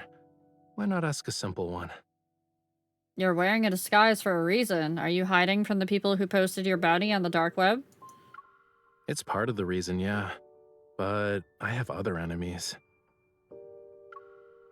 They're also on this ship? They're also on this ship. I expected as much, but I still let out a soft sigh. Why do I always feel like you're dragging me into trouble? Don't worry about it. Considering how strong you are, no one can beat you in a fist fight. I knew it. Nothing is ever simple when you need me to be involved. Gigi! Raphael keeps smiling. He lifts my right hand and gently presses it against his cheek. It's a gesture of gentlemanly courtesy. Enjoy your t-shirt, Gigi. I guess I should apologize, huh? But I have a feeling that's not what you want right now. Don't you dare fucking ask what I want right now, mister. His mask has more decorations than mine. Its rough, uneven texture creates an illusion. Creates an illusion of warmth as it's caressed. My fingers trace the edge of the mask and descend to his jawline. I almost touch his skin. Can you guess what I want?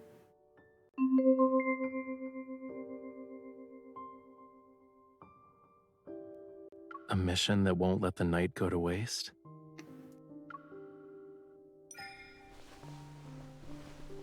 My hand lands on Raphael's wrist and I pull him toward me. Correct. I'll wait until the dead of night to pull off a grand heist. Want to be my partner in crime? The mask's frozen smile is brimming with the vitality of Raphael's infused into it. It almost comes to life as its wearer gazes at me. The sea at night is the perfect stage for a magnificent performance. I'm honored I get to share it with you. You always want my flowers, Romalia. Cruise ship, 3rd floor, 9:15 p.m. While the guards change shift, the corridor is empty. It's the perfect time to start our mission. I already know the yacht's map by heart. I carefully push open the door and bring Raphael with me. Take a left at 3594, go up the stairs, and then take another left before walking to 4136. Go to the side door and cross the terrace. That's how we'll reach the security room. Are you sure we won't get caught by the patrolling guards? Of course. Don't forget, I'm not doing this by myself. I adjust my earring, or rather, it's a small communication device disguised as an earring. The guard's schedule, patrol routes, and vault passcodes are all on it. Your association is truly a gathering of hidden talents. Hurry up, the passcode changes every 10 minutes. It'll be tough if we miss our chance.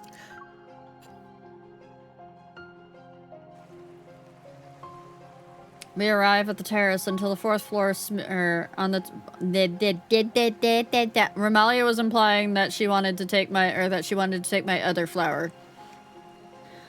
We arrive at the terrace on the 4th floor smoothly. It's not long until the vault's location appears within my line of sight. There are guards on patrol. We have to distract them.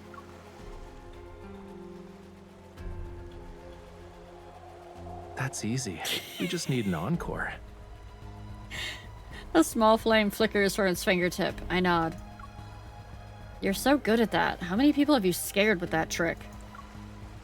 Who asked me to be her partner in crime? Me. Yes. The communication device beeps. The passcode has been successfully deciphered. I gesture to Raphael. He nods and a tiny flame materializes. You're a good man, Maxwell. Spending a fortune just to make your wife smile. My small gift pales in comparison to your company's wealth and power. Julio, hello. How was your art? How was your stream? Welcome in, Raiders. If you don't know me, my name is Oriel. I'm a purple Roman cat girl fey goddess who rules over the realm known as the Wilds, and we are currently playing Love in Deep Space. I'm going through the main story at the moment. Noliel, we're in the middle of a heist with Raphael. We're stealing jewelry.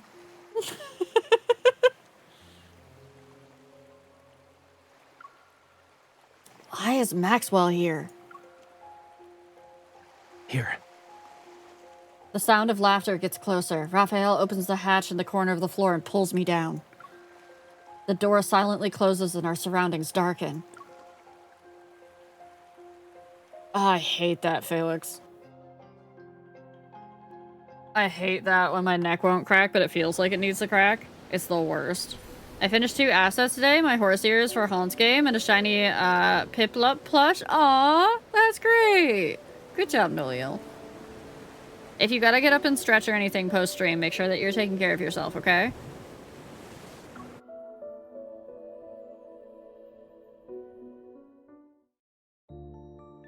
The space below deck is cramped and small. With the faint light from the automatic emergency light, I can barely make out the piles of items.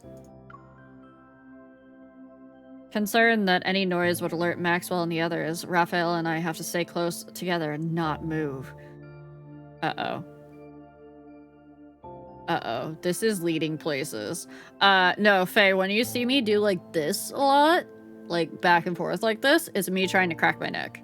And my microphone is sensitive enough that if my neck cracks loudly enough, it usually picks it up. What's wrong? We're really close in a dark location. That's what's wrong. Your hand, it's poking me. He hesitates before moving his hand aside and rests it on the clutter behind me, as if he's trying to wrap his arms around my waist. Better.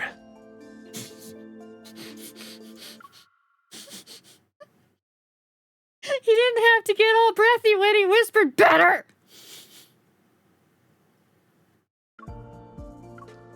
Against the hazy light, his figure is hard to discern, but the depths of his gaze are front and center, profound as the ocean itself. Oh no, the stream muted itself! Noliel, if you gotta take care of anything post-stream, make sure you get up and stretch and everything, okay? I've read this message! Shut up, Romalia!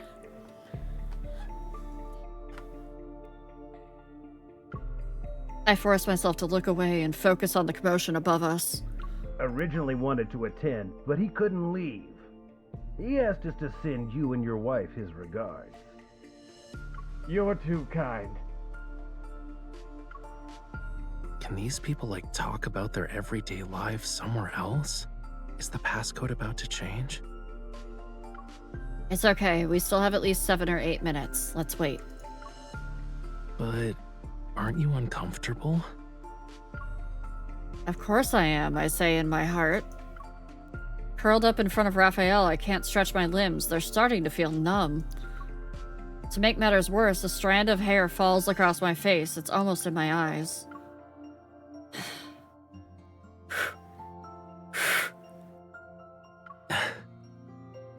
I try to blow it away, but it doesn't do anything. Raphael bangs slightly, sway instead. Let me help.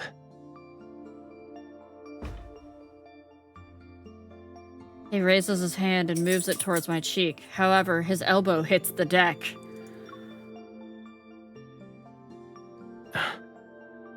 Luckily, the people on the deck are still chatting and laughing. They didn't hear us.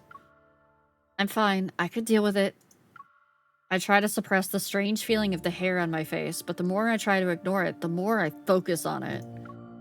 After a few moments, tears well up in my eyes, my vision starts to blur. Don't move.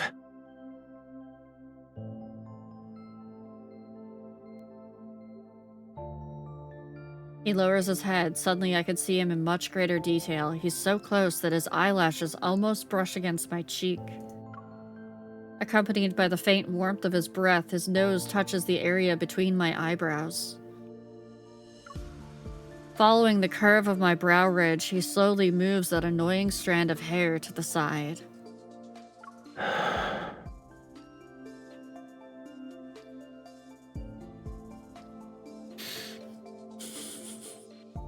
Good timing, Nero! Hi! Hi! How was your heat nap? Did you have a good time? We're in a little bitty bitty place under a deck with Raphael in the dark.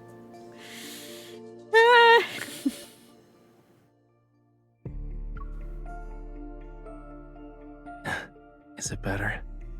I force myself to nod calmly, trying to ignore the heat rising in my cheeks.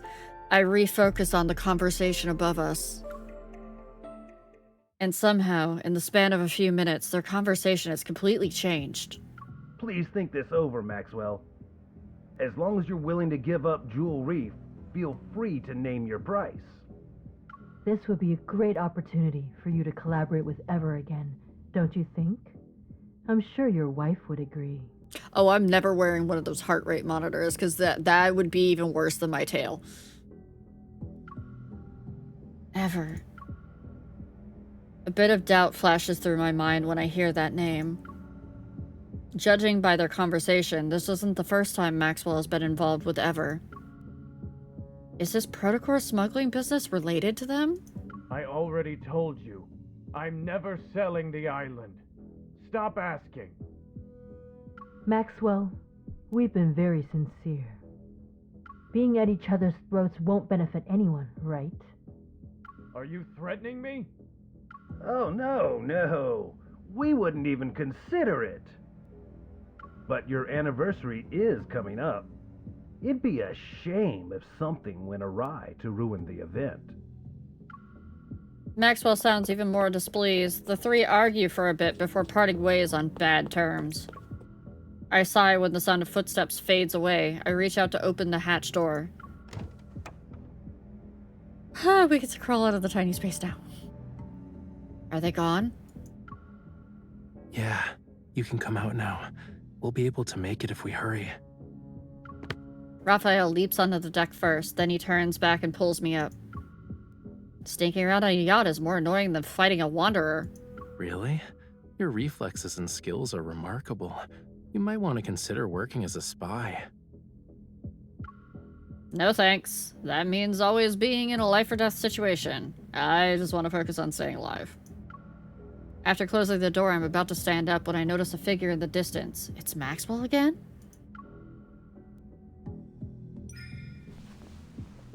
I yank Raphael down. He stumbles and ends up crouching. Who's there? Raphael pauses. He quickly realizes what's happening. Reacting faster than me, he cups my cheek. Oh no. Oh no. Oh no. Oh no, no. We're not gonna. No. No. We're not about to. Oh, we're gonna do the thing. We're gonna do the thing. I think I've written this fanfic before. Thank you, Romalia. That's probably a good time to get some water. Hey, chat, you only got 4 hours and 35 minutes on the Real Has to Be Nice to Yourself timer. And after it's gone, I'm gonna shit talk myself so much. Just letting you know.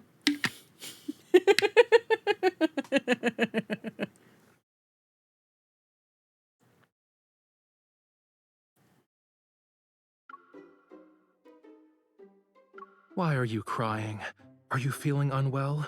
Or did I do something that made you upset? Oh, okay. It's not what I thought he was going to do. I thought he was going to go in for we're gonna fuck right here in front of Maxwell. I'm not crying. I frown, pretending to be angry and aggrieved as I look at him. Yes, yes. But look at your face, cutie pie. Your cheeks are puffed out like a hamster's. Didn't you say the grape mousse at the banquet was delicious? We can order another one later. Stop using food as a way to make me feel better. You don't want to eat it? I do. I knew it. This performance successfully makes Maxwell stop in his tracks. He squints to scrutinize the two of us. Are you... Maxwell?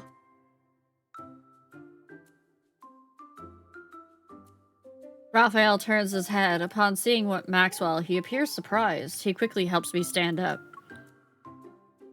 I wipe away my imaginary tears, lower my head, and pretend to awkwardly hide behind Raphael. Good evening. This is embarrassing to say the least. Did you have a fight with your girlfriend? I knew the old man thought that. It's just one of those lovers' quarrels, you know. It's not a big deal. I thought we could take a breather. I see. He sounds like he doesn't believe us. I can't help but feel nervous. Just then, a guard on patrol quickly approaches us. Puzzled, his gaze lifts between us and Maxwell. Mr. Maxwell, is everything all right? You're just in time. I have to tell you something.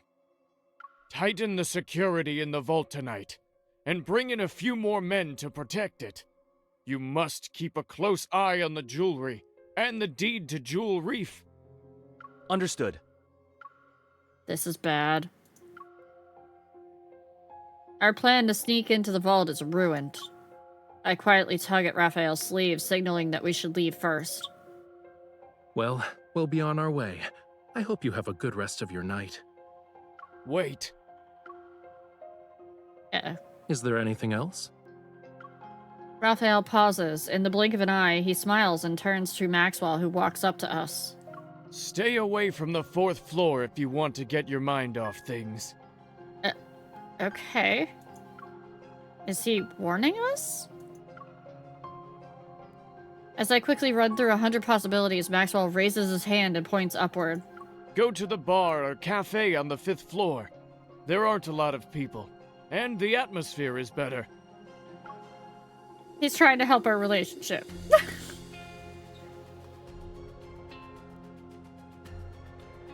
Chat, we have ads coming up here shortly. I will pause during ads so that nobody that doesn't have a sub and or turbo will get stuck behind them.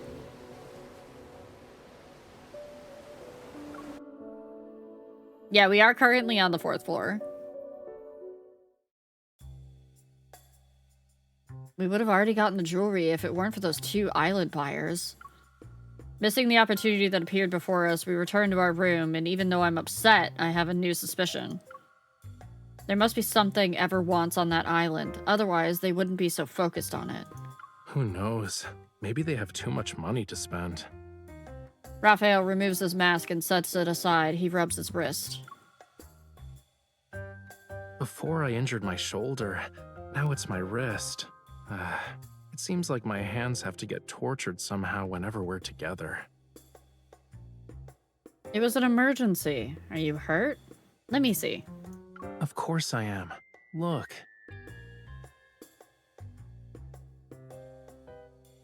I hold up his wrist. Several minutes pass before I find a faint mark from a fingernail. Oh, it's a serious injury, all right. This is an Otome gacha game, Proto, so this is not normal of a gacha story. Normal gacha story is like Genshin Impact.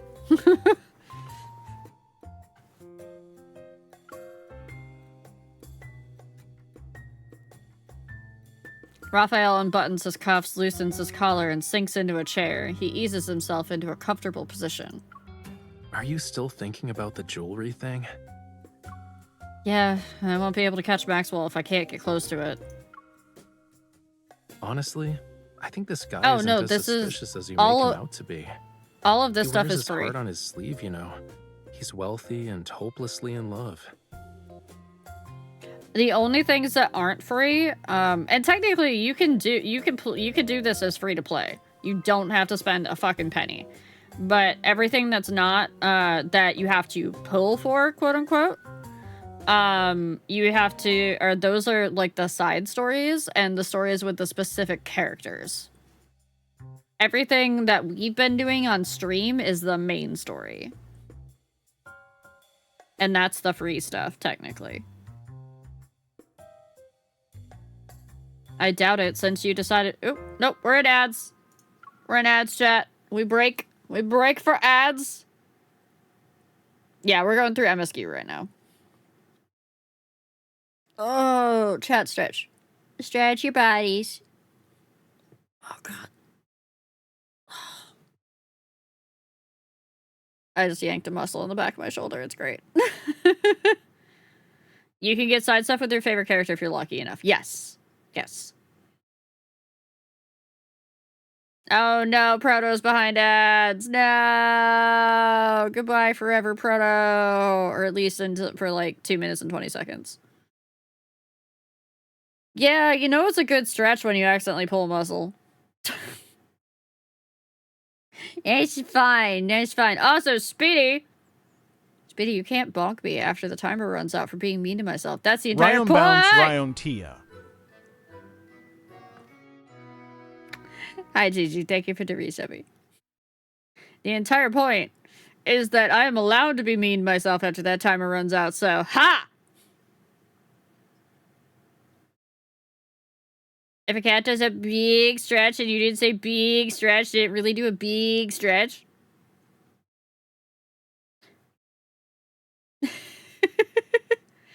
I actually had a question for Dee the other day, but I don't think she caught it.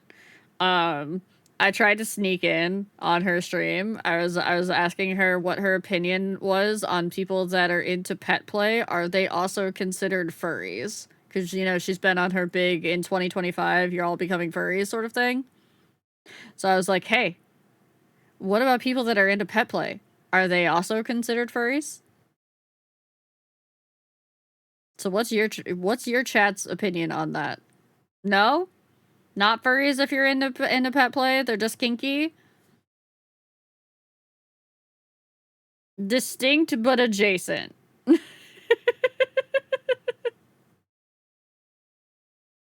Furry adjacent, sure. I mean, a lot of them are Nekomini, Mimi, however you pronounce it, and the fact that they've got the ears and the tail.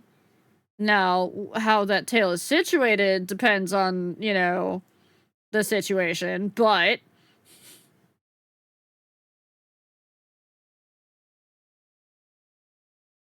most of the shit talk you say to yourself is false or wrong. I don't know about that. I don't know about that, Speedy. I'm pretty good at being accurate with my own shit talk. Pet play enjoyers are just furries in denial.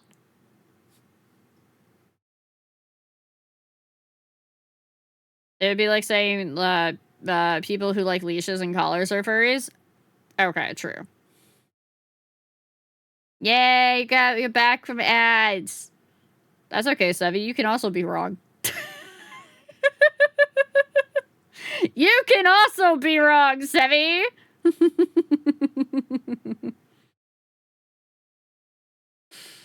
It's distinct enough like a maid uniform. You know what? That's fair. That's valid. I was just more curious about how Dee would respond to it because I was amused. All right, back to the hot men. You keep denying or minimalizing how good of a person you are usually. Okay, analytically, according to the numbers, I have not been doing well as a content creator. In fact, I've been sucking it up lately. So, I may be a good person, but I'm a shitty content creator.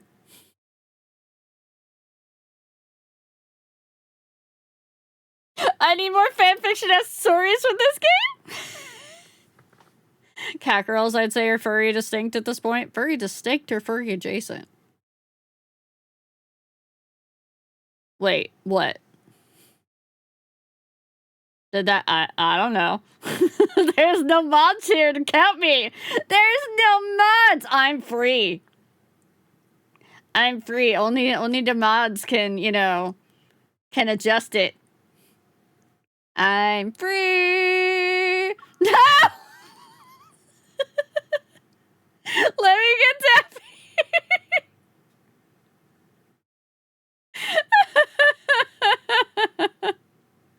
Cart girls. Summoning a few. They're going into my Discord and they're just adding the mods. Rat's at work. Rat's at work, so you can't do him. Content creation numbers are mostly out of your hands. The way the clip today did so poorly really has, like, made me upset. Honestly, because it was such a good edit, and I'm so sad that it like, tanked on both TikTok and YouTube. I only get Rat if you're really in trouble. You can't get Rat anyways. He's at work. Does your phone autocorrect cat girl to cart girl? Because those are two different things. That's pony play versus, you know, pet play. Oh, no. I know being upset about it is absolutely valid. Oh, as far as bothering him? Felix, it's a mental typo. Okay, got you. No autocorrect. That doesn't mean it reflects poorly on you as the creator? That's not how that brain works. Your lucky tap is busy! Ha! I'm safe. I'm safe. Because I think Nova is doing stuff too. Nova might be at work. And Dee's out and about. Are you though? Yes, I am. Why are you back? Where did... Yeah. What? You were gone. Why are you back?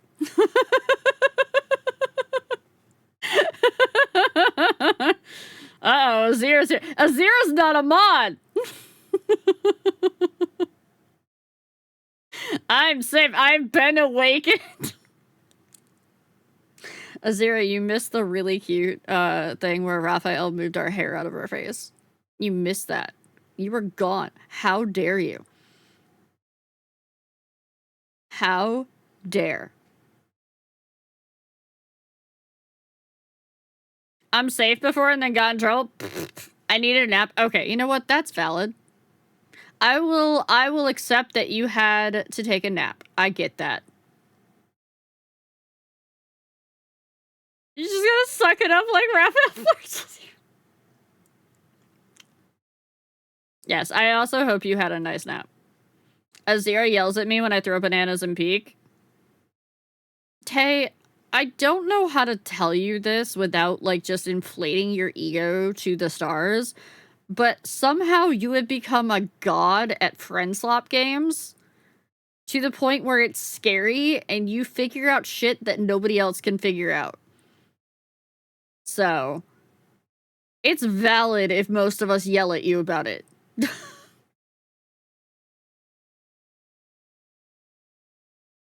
Oh, hold on, I'm being pinged.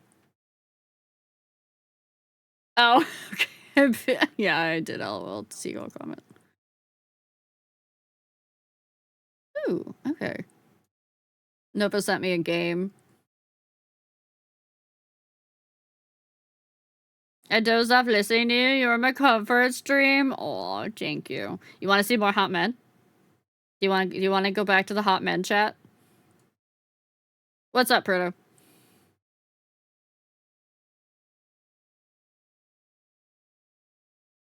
Yeah, we want to go back to the hot men.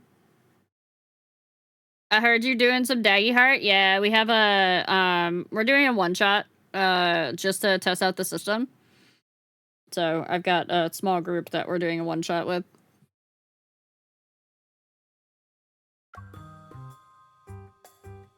I doubt it. Since you decided to approach him, he must be more than just a rich romantic fool. He's a simple-minded, generous, wealthy guy I want to work with at some point. Is there a problem? Don't worry, if you're counted as a furry, Raphael's still gonna make that tail go crazy. So, Felix, did you know that there's accessories that give the lads ears and tails?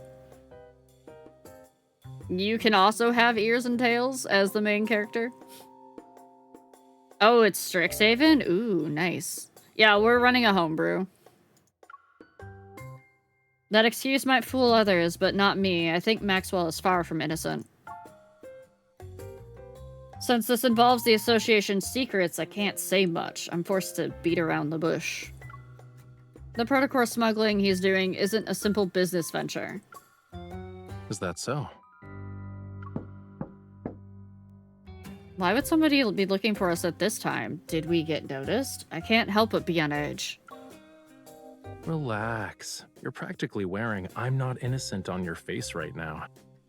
That's just Even me if all the they have time. ill intentions, do you really think the two of us can't handle it? You're right. Raphael opens the door, but before I can see who it is, he turns around. He's holding a tray. Grape mousse? Aren't you hungry after working for a whole night? He got us the grape mousse that he was talking about. He ordered us room service. The lighting on the small terrace outside the room is gentle. With the refreshing sea breeze, we have a nice dining spot. However... It's okay if you don't want to eat moose, but don't be a meanie to it. I realize the dessert is a mess because I poked it so many times. Sitting there playing with my food. I'll eat it. I devour a spoonful of mousse, but it's not long before I'm thinking about the jewelry again. It'll probably be in his wife's hands once the ship docks tomorrow. At that point, approaching it will be almost impossible. Do I have to talk to his wife? I'm not good at lying. I've only had chocolate mousse, and it's really good. I see you're genuinely hungry. He scoops the grapes off his dessert and gives them to me. If you can't come up with anything, stop thinking about it for now. Where there's a will, there's a way. Maybe we'll get our chance once we reach the island. Shouldn't those two Ever people be a bigger problem than Maxwell? Hi, Blue! Hello! Welcome back. I hope your arting has been going well. Let me get that in there for you. Yay, it's going good. We're playing more Love in Deep Space. Yeah. Arting be going slowly? Yeah. Their obsession with buying the island is a little weird, but can you blame them? Or you can't blame them.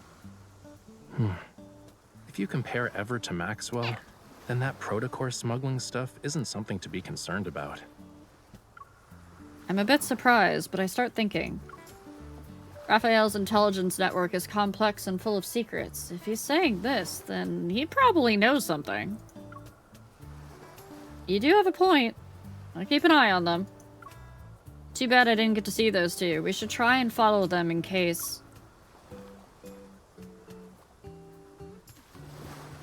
Okay, it's time to stop using your brain.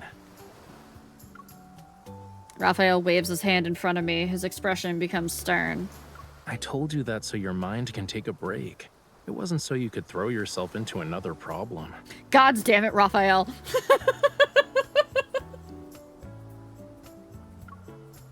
But, like a magician, he pulls out something to feed to me. I bite down, and a candy's sweetness floods into my mouth. He's feeding me.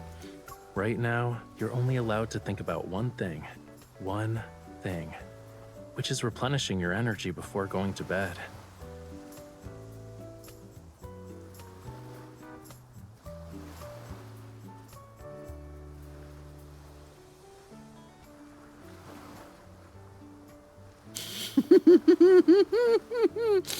I want food now!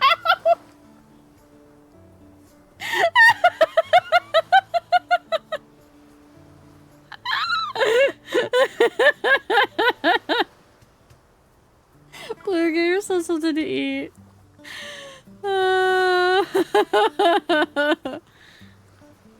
That man knows your weakness and is exploiting it? Maybe?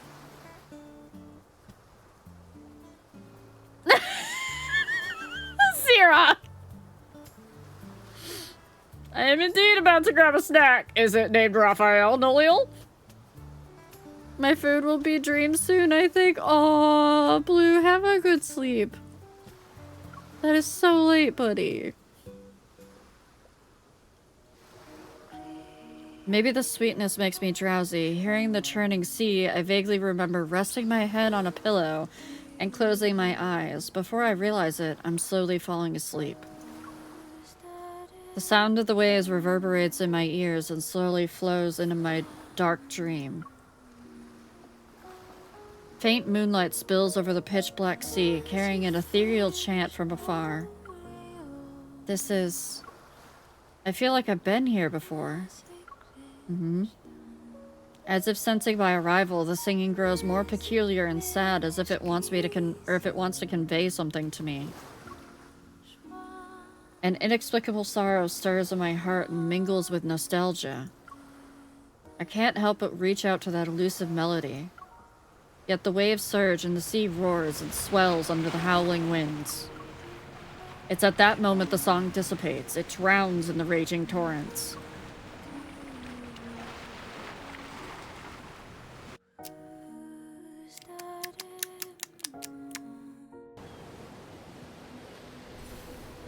Lore!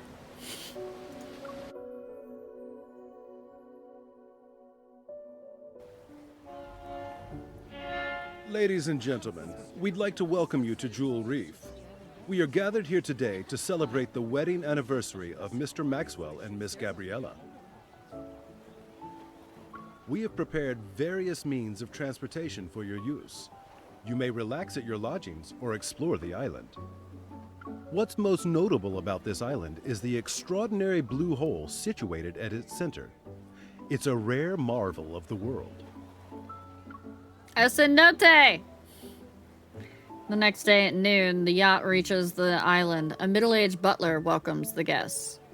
The ceremony will be held at 7 o'clock this evening. Transportation will be arranged to ensure all attendees can make it to the Manor's banquet.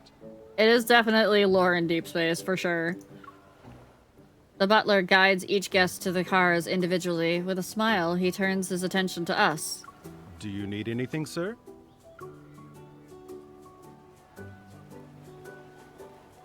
We're good, thank you. He's feeling a little land sick.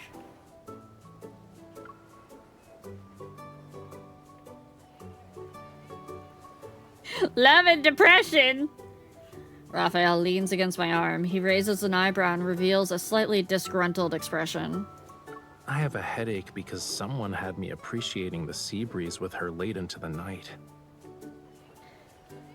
It's normal for sea creatures to have allergies on land. I understand. Maybe you should stop trying to understand.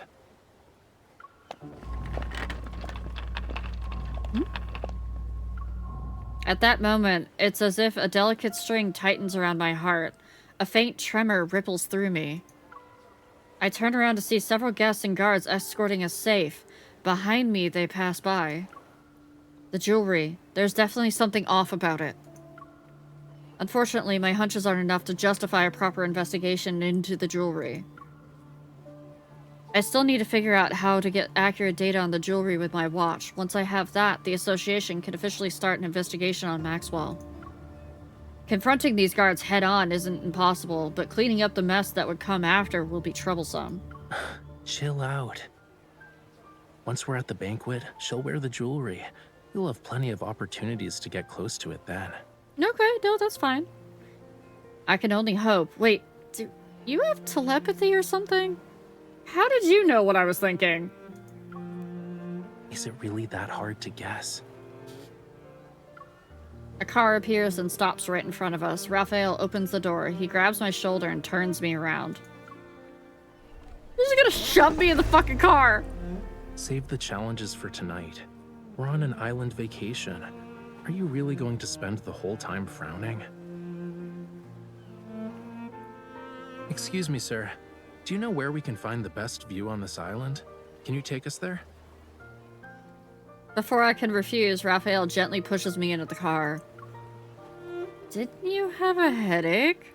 Now you're fine? He immediately rests his head on my shoulder. Nope.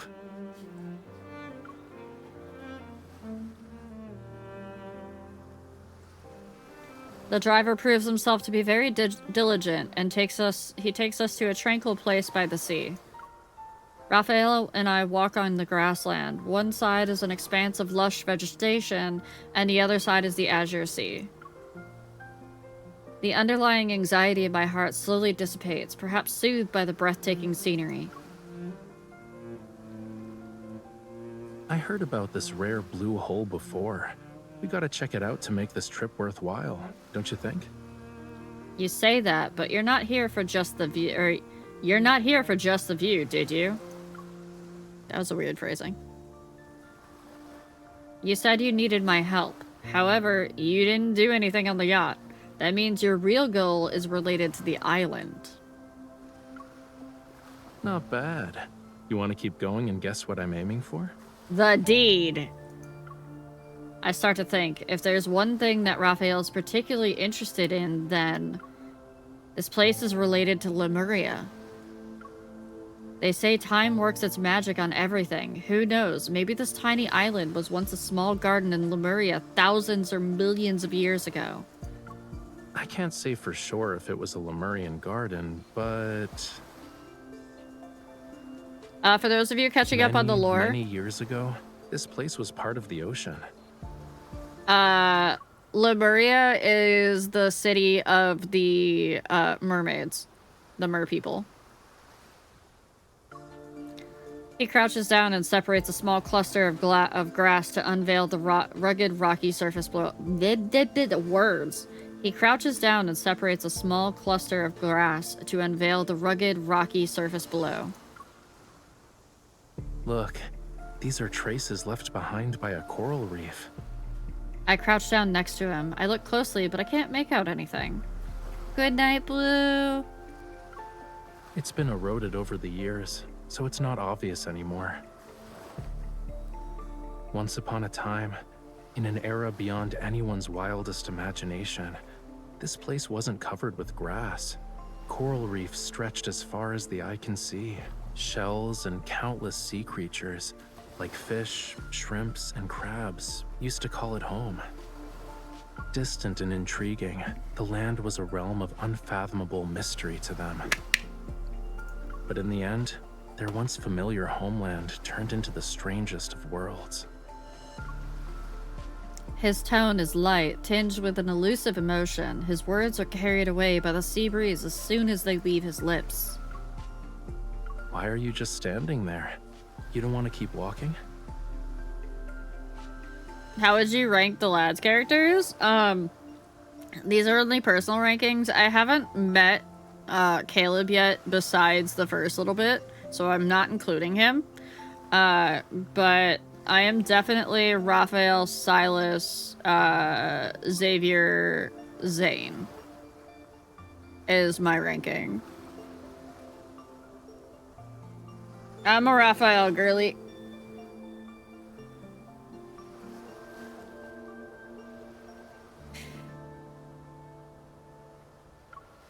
It's nothing. I wanted to look at you for a bit.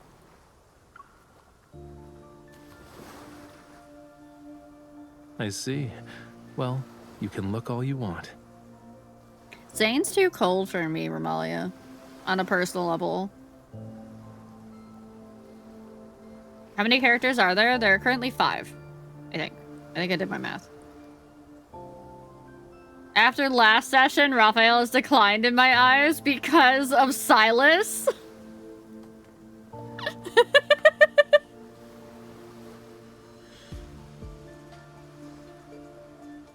Yeah, I still can't put my finger on what it is about Raphael that he's definitely like captured like my giddy soft side. Raphael's stock is down because of Silas to Nero.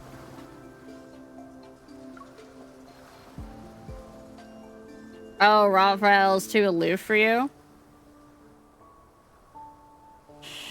You're only seeing the MSQ, that's why.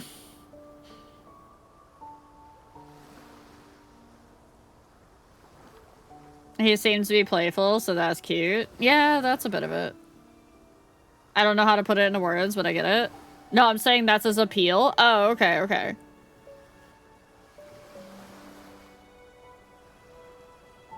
Yeah, I don't think it's the aloofness that...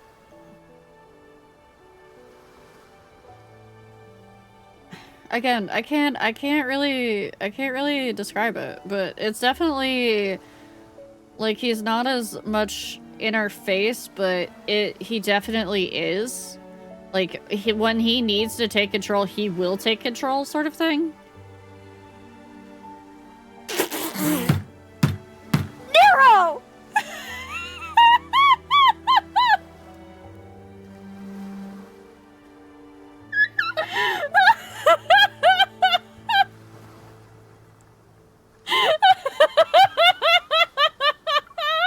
Oh, no. Hold on.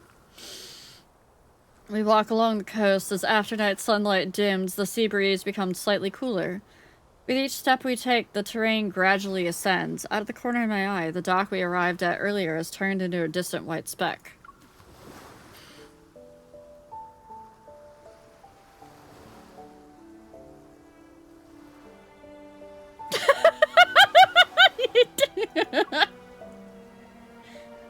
Looking down, I notice the rocky tidal flat where a small boat is beached on the shore.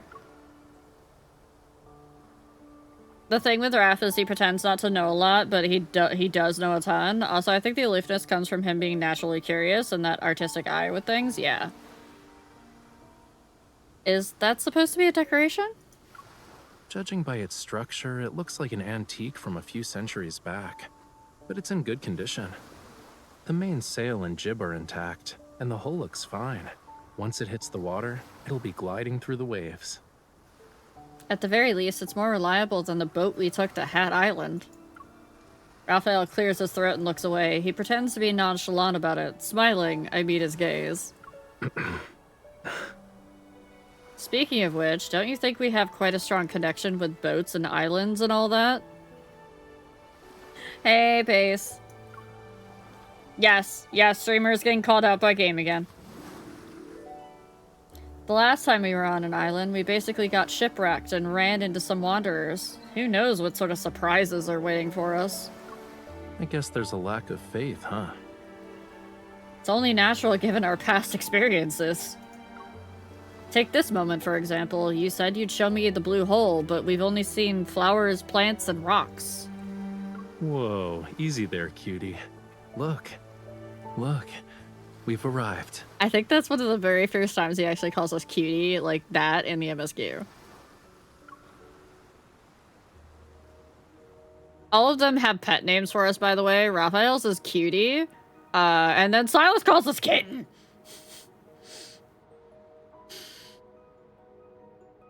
And you know, being a cat girl, that just hits different. Just gotta say. Different from the coastline earlier, a deep blue sea appears before me. A massive blue hole is nestled beneath the circular cliff, where the sea seems to have ceased flowing, transforming into a mesmerizing blue gem. Peering down from the edge, I feel like I'm looking straight at the deep sea's soulful eye. Oh, you wanna call that a skill issue, Sevi? Okay, cool. Enjoy jail, Sevi!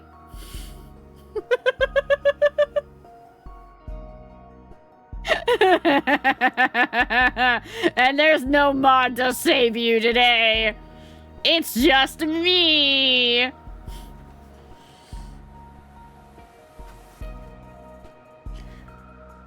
Peering down from the edge, I feel like I'm looking straight at the deep sea's soulful eye. Watch where you're going. Don't let it lure you in. Reason 3 why I can't play this on stream. Okay. Hey, Azira. Do it, coward. Fucking do it, coward. Play this on stream. Experience Silas like I did. Bet you won't. Bet you won't, coward. If there was a woman that was doing some of this cute shit in a similar style game that wasn't about all the goon, I think I'd play it. I don't need to oogle and goon. Sometimes a dude just wants the cute bullshit. Anyways, hot man. No, I get that. I get that.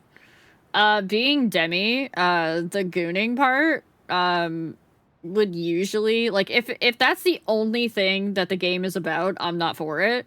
But because this one has so much lore to it, and they really build up by using all of the cute shit and whatnot, because that's what an Otome game is it's romance with a deep story. It's really, like, been, like, a ride for me, because I'm like, holy shit, this is actually, like, getting the right notes. Revery. I put Sevi in jail.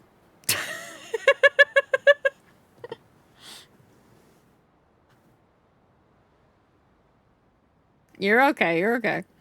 I've heard a lot of guys say they wish there were a flipped version of Lads, and to be fair, there isn't much goon in this game. The goon is really just the specific spicy cards and the audio ASMR. Yes, that is also true. Nero, you want to go to jail with Sevi? Okay. Okay, cool. I get it. I understand. Yeah, okay. Hey, Nero, enjoy jail.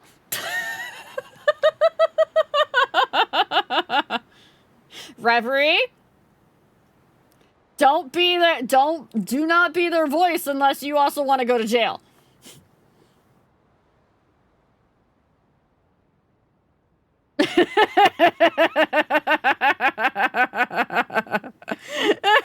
I was reading those.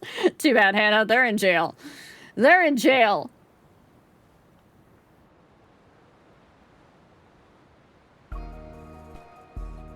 Imagine that guy slapping everyone at the barbecue right now. Raphael grabs my arm and pulls me back. Well, Maxwell picked a decent venue. This is actually the best spot to view the blue hole. I look into the distance and spot a cluster of mansion-like buildings on the lower land across from us. A few figures can be seen. Waiters are preparing for the banquet. It's beautiful. No wonder Maxwell chose this place for his wedding anniversary. It's not just beautiful. He picks up a small stone and throws it. It lands on the edge of the blue hole before vanishing into the dark blue depths. The oxygen levels Reeve are would super rather low in the cackle blue and hole, watch us and suffer. Also, hi. Hi! From jail, Nero! Thank you for the $20 tip. Yes, Reeve would definitely rather watch you cackle, or would rather cackle and watch you suffer. Can't even reach it. Barely anything can live there. So, over time, all sorts of rumors about it began to emerge. Some say the blue hole is a gateway to another world. Others believe it hides countless treasures. People tend to have a wild imagination when it comes to unreachable locations. But there's not any concrete evidence to debunk these rumors. An unimaginable secret might be hidden in this blue hole. Raphael turns his attention to the blue hole. His clothes billow in the wind, and he looks like a bird ready to take to the skies. Nero did use his one phone call. Thank you for stealing my flowers, Romalia. It's not like I needed those to look nice in front of Raphael or anything. As if at any moment he's about to dive straight into the profound deep blue or dark blue abyss. An inexplicable tremor reverberates from the depths of my heart.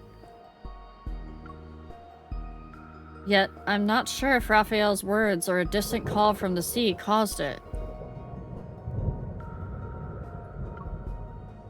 Thank you for my water. I am getting a little bit thirsty, yep. I'm not even gonna deny that one.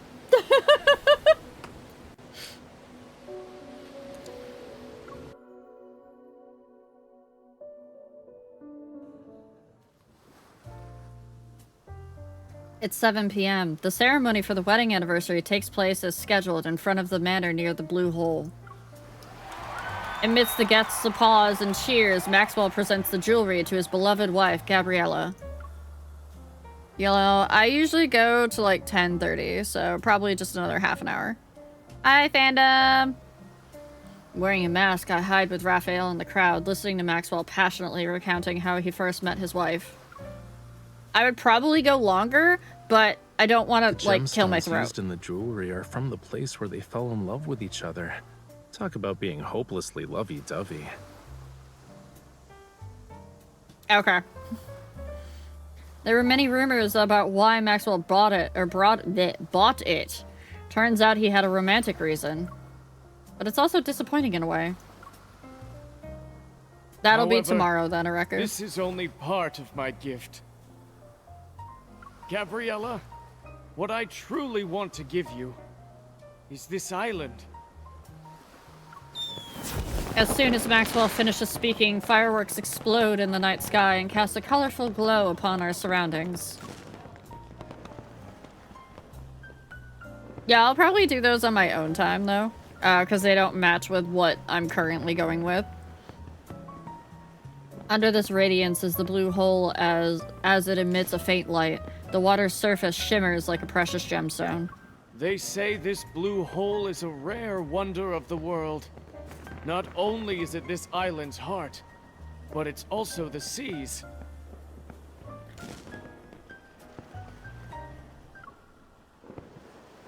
Did he just say that this island is the heart of the sea?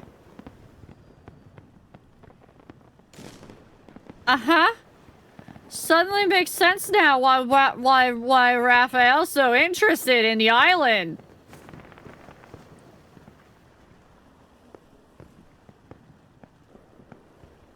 Also, chat, just as a side note, somebody did one of those, like, quote retweet posts on Twitter, the other day, and it was like, what's some lore about you as a VTuber that nobody really knows? And I had posted, that I was originally going to be a sea cat VTuber, but I decided to not go with it because there was too many sea cats at that time, and I didn't want to be accused of copying.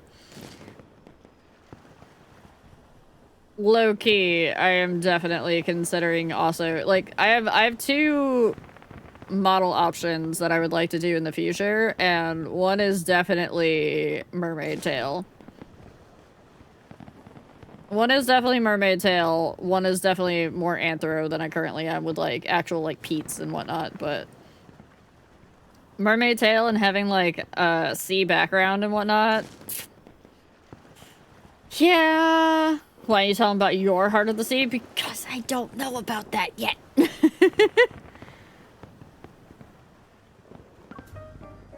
My wife entrusted me with her precious, pure heart. And so, I was given the gift of experiencing the best love in the world. You've got mermaid as a future project written down? For you as well as Zira? Because I want to play mermaid. I mean, you've seen my art, right? That I have, mermaid art?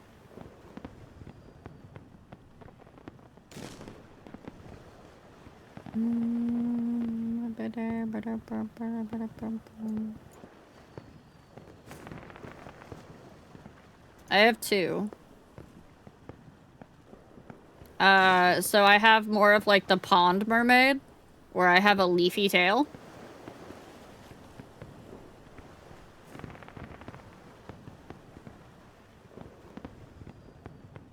And then I have the deep sea bioluminescent mermaid.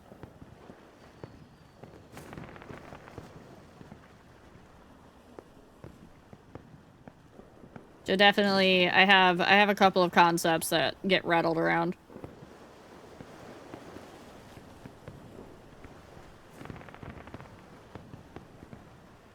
Yeah, and I was looking at backgrounds on VGen yesterday, and I was like, oh, it would be so nice to have, like, the menagerie be underwater and have like the ocean outside the windows, that would be so cool. That's why I'd like to offer her the world's most precious, purest heart. This island's official name is Gabriella's Atoll. The fireworks become increasingly more magnificent and dazzling, accompanied by joyful laughter and applause. Gabriella, who's brimming with happiness, tightly holds her husband's hand. The jewelry she's wearing around her neck is even more brilliant. Don't ogle so much. Even a mask can't hide how you're eyeing the jewelry. I'm trying to come up with conversation starter for when I approach her later. This is easy. Just say, Gabriella, your love story was so moving. I would be honored to hear more about it. I don't think that's enough to earn her trust. Remember, to Maxwell and his wife, you're the girlfriend of Yosef's illegitimate kid. With such a complex background, it's pretty clear that our love story is filled with obstacles. So, it's only natural for you to admire the romance between Maxwell and Gabriella. She might even pity you. Raphael, did you work as an actor before? How are you able to easily slip into any role? Don't you get close. Don't you? No. Raphael adjusts my mask that's slightly askew. He softly chuckles. Go. If you don't move now, someone else will snatch this opportunity. I take a deep breath, clutch the hem of my dress, and walk to the center of the crowd where Gabriella is. Hi, Sevi. Welcome back from jail. How was jail? You're also free. I see this. Over a half an hour later. How was it? There weren't any energy fluctuations. Away from the lively manor, a large, serene plain rests on the slope near the blue hole. Disappointed, I sit down on the grass. My gaze is fixed on the almost still seawater within the blue hole. My sigh soars into the air, releasing me from the weight of my emotions. Even when I sensed it in every way possible and scanned it with my watch, the jewelry showed no abnormalities. I was trying to talk to, what's-her-face? Gabriella. Never mind. Captain Jenna said that finding the Aether Cores would be a long-term struggle. It can't progress as smoothly as I hoped. I'll treat this as an island vacation. I haven't even started comforting you, and you're already coming to terms with it? How were you going to do that? I'm willing to listen to your plan. Raphael props up his chin in his hand. It appears as if he's lost in thought for a moment. I haven't made up my mind yet, you know. But maybe this will cheer you up? He takes out something from inside his coat. It's a small bundle of sparklers? Take one.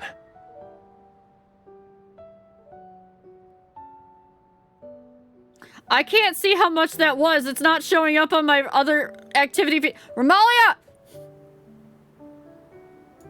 Romalia! What did you do?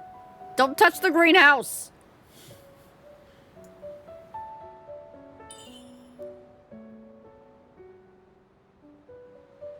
Couldn't see how much that was. His fingertip glows. Before my very eyes, small fireworks blossom from it. I can't help but laugh. No! Azira, sit down. Raphael, I discovered one of your new skills. You always manage to pull out something unexpected from your coat. How many surprises are you hiding? Not a lot. These are all I have. Yeah. The guys want the dress first, Azira. He ignites the remaining sparklers and passes them to me. In my hand, they magically transform into a dazzling bouquet.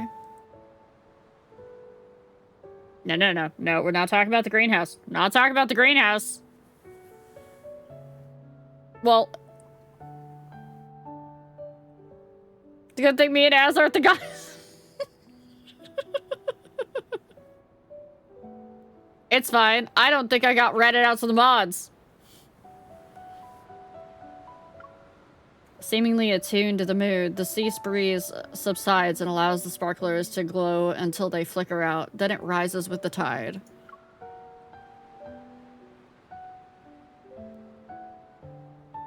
I have receipts, Miss Ma'am. I don't see any fucking mods here, do you? I don't see one fucking mod here, Seffi. Hold on. Ah! Shh.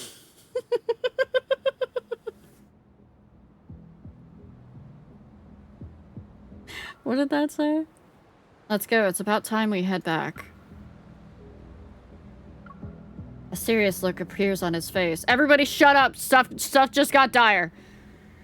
A serious look appears on his face, and he turns away. Taking my hand, he swiftly guides me to a nearby rock.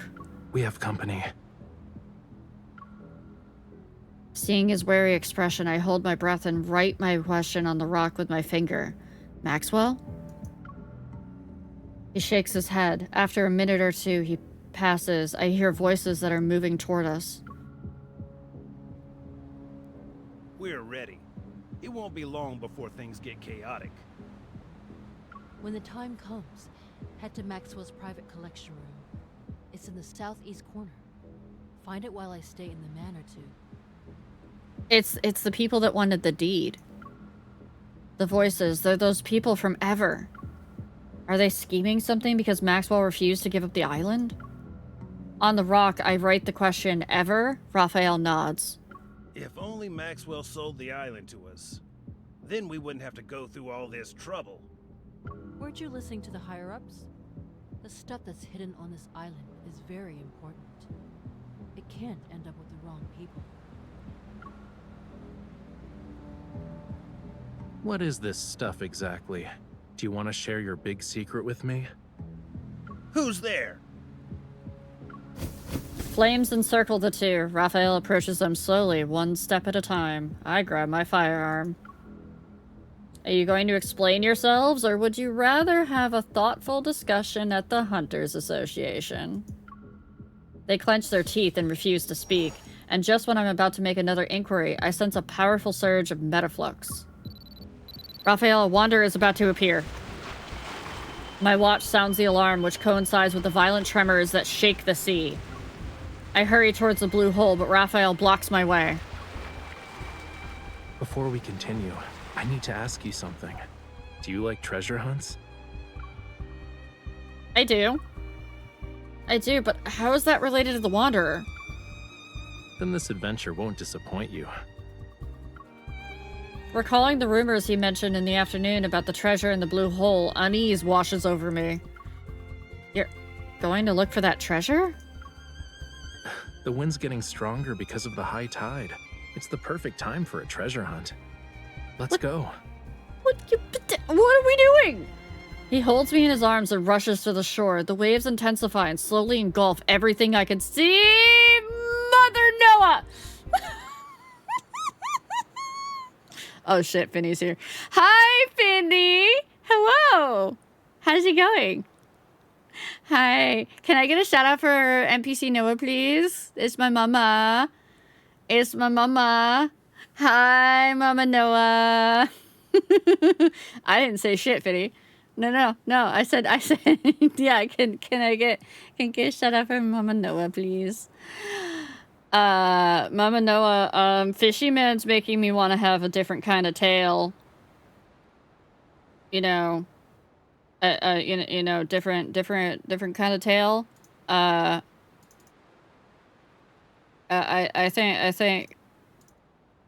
think you might know what might be coming at some point in the far future.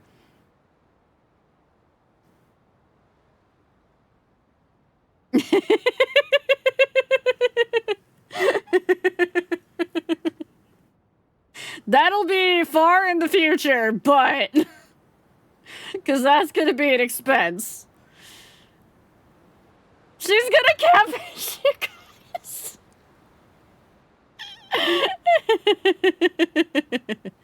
Yes, please go show love to Mama Noah. She is a wonderful artist, getting into animation, and my metal mama. She's made all that you see before you.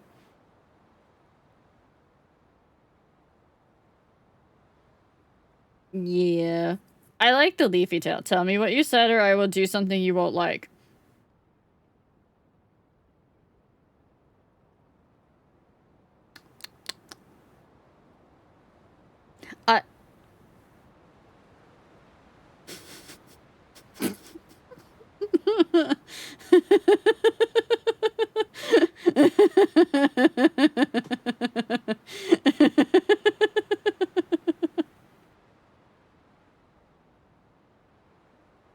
And I know you won't like it. I actually don't remember what I specifically said, so you are better off looking at the clip that Sevi made. 'Cause you'll get mad at me?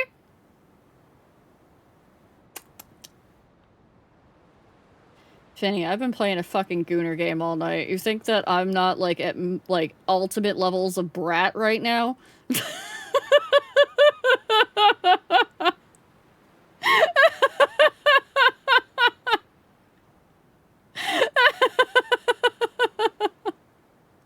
Especially because Fishman is the sassiest fucker I've ever met. Dear gods. But no, I actually don't remember what I said. Except for I know I was mean to myself. So, I will admit that. Can we call it wall time? What is wall time? Sad, according to analytics, she's shit at being a content creator. Okay, Cyborg got it. Thank you for... I have a memory of a goldfish. So, Cyborg figured it out. Thank you. There you go. Mama Noah, I'm not allowed to be mean to myself while this timer is going on, so... That's what they're doing right now. Talking about her mean brain, being mean about her analytics, and was doubting herself.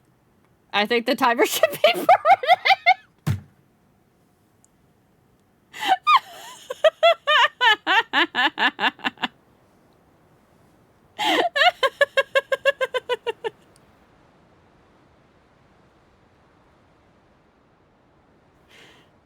My mother is betraying me. First, she calls me out on being like, yeah, I knew you were a Silas girly. And then, now she's trying to make the timer permanent. When you and the wall become intimate due to a helpful fish. That took a second. How can the timer be increased? Subs, tips, bits.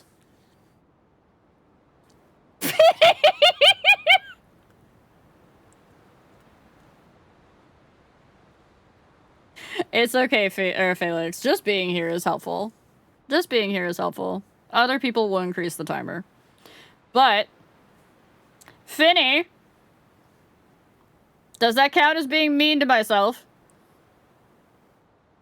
What I said. You are the one that must weigh in on this. You must keep me honest. No, Finny is the mod, not you, Ramalia. Okay. So this is what happens. I need to do math. So, that gets paused for a second. Calculator. Let's see.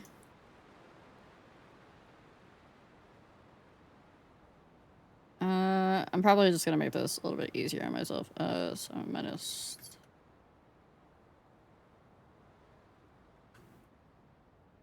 Okay. Yeah, we'll just add 4 hours to it, because that puts it above what it was at the beginning of stream, because stream was at 7:22. So, we'll put it at that. Good enough? Fucking rats, all you. All you! Fucking rats! You ratted me out to the mods! How dare you? How dare!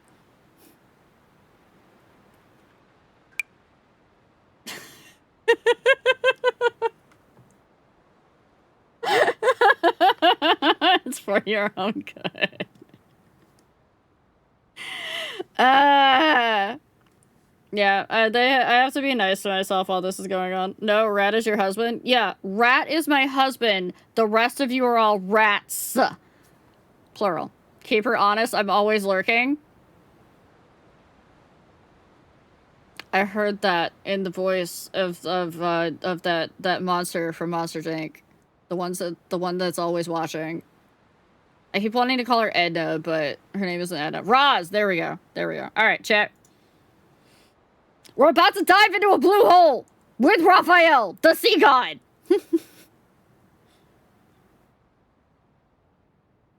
He holds me in his arms and rushes to the shore. The waves intensify and slowly engulf everything I could see. Meanwhile, a terrifying behemoth reveals itself in the center of the blue hole.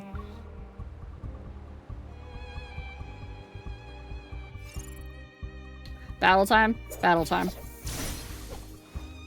Oh, we go with fancy staff for this one.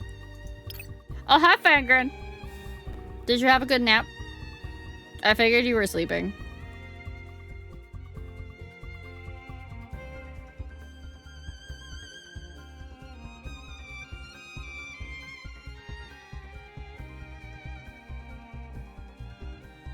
Did you pull for Fish God? I wasn't playing the game when it came out. I'm so sad. I only started playing a few weeks ago. I did get the wedding banner for him, though. I got him and Silas. The flames of revenge burn bright. Chat, we're not gonna get come my shark is hungry during this one. Teamwork thing is going great. We're the best. Keep your distance from it. Did you spot its weakness? I'll deal the fatal blow. I'll show you. And yes, I auto battle because I'm not gonna try to battle on an emulator. You be a little red now. Oh, you were at the pool party for your birthday. That's right, that's right. It's just bluff. This teamwork thing is going great. We're the best. I get so frustrated when I can't auto battle. You okay? It's nothing. There was one fight at the earliest bits of the story that I couldn't get through with auto battle, and I had to do it myself. It was rough. This teamwork thing is going great. Oh, chat, we're gonna be in ads in a little bit here. When we go into ads, I will pause so that anybody that doesn't have Turbo or a Twitch sub will not miss anything. That's your wish. Oh man, you recovered so... Trust me on this. Of course. Do you think it knows something about I'm here? I love the little touch that had music notes. Aw, you got the little axolotl one. Me, and let's stop it. How bad is it? This teamwork thing is going great. We're the best. I need you. This is my first time listening to Ian Dub. You were too close. I'm coming. Go back to the pit you came from. Mama Noah, what's your opinion on the ASMR stuff? We'll beat it up later.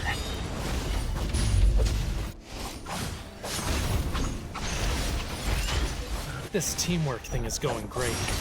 I expected victory and nothing else. I knew we could do it. Yeah, the secret terms. The first time I heard one of those, I was like, oh shit, and turned the volume down on my phone. I was like, what the fuck is this?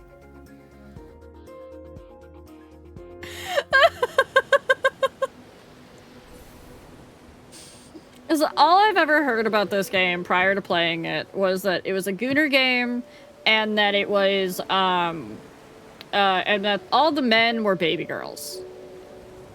But I actually am, like, so deep into the lore of, like, the main story and even the side stories and whatnot, because I'm a romance girly at heart, so having a story with deep romance, or deep story with romance elements at it, so good. And this is my first Otome game. I've never touched them before, because I always thought they were just, you know, Gooner games. So, Okay, that's not quite true. The first Otome game I touched was technically a visual novel, because I guess it would be touch-starved. But that was only a demo. So... this is the first one I've gone into in depth, and I keep getting people now saying this is my, like, lead-in to being a LewDtuber. And I'm like, come on.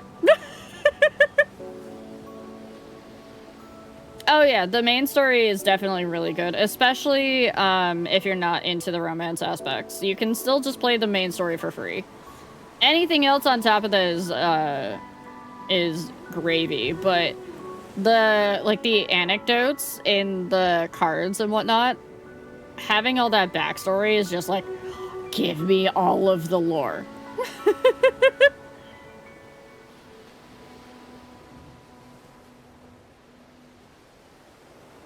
Oh, you guys are in ads. We're paused. We're paused anyways. Anyone who doesn't know or calls this leading clearly doesn't know you well enough. Sevi, it was Nova. He was joking, but it was Nova. Most gacha game. I've heard that, and I wanted to get into Genshin because I heard the story in Genshin was like amazing.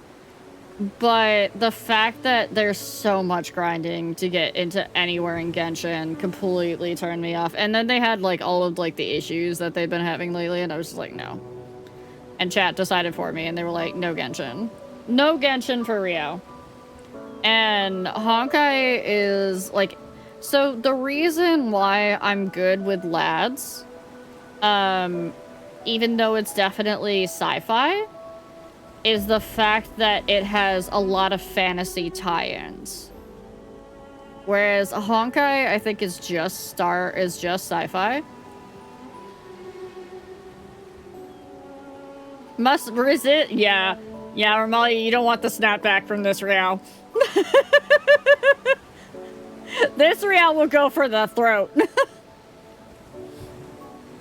Did a minor recap for Genshin story last week. I was like, oh my god, that's madness. Yeah, I follow a creator that like posts about Genshin a lot and Honkai Star Rail, and is just like, why is this story emotionally damaging me? What if Romalia does want the snapback? Oh, I held myself back. I held myself back. I didn't say what I was about to say.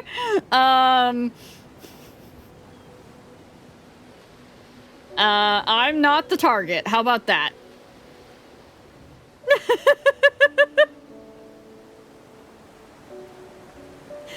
Yes, chat, please go give Arknights a try so Noah has more people to talk to about Arknights. Noah wants so many more people to talk to about Arknights.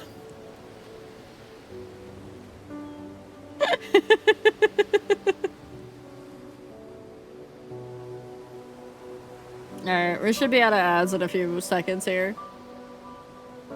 Newer Arknights coming out because I like the 3D action combat exploration. I used to play a lot of Arknights, but I also wanted my life. People keep saying that I might like Enfield. I don't know. I don't know. I think it's a little bit too more sci-fi than me. Hey, we're back from ads. Story goes on.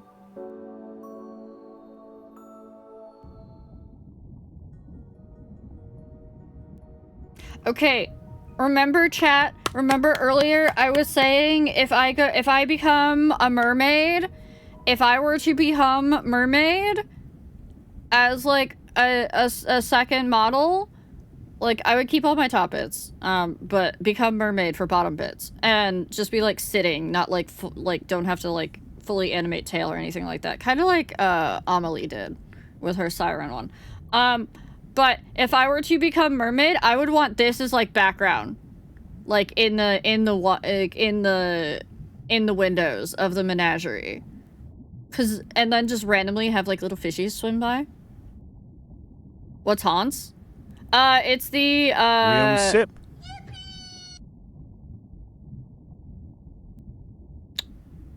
Thank you, Romalia, for increasing the timer. Thank you. I appreciate that so much. Alright, time for lore. Buckle up. The protofield disappeared.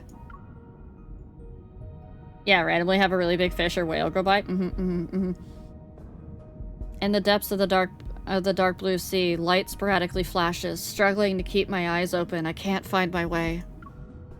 I think we fell straight into the blue hole. I'll swim towards the light and see where it leads. Don't swim. Stop. Now turn your head.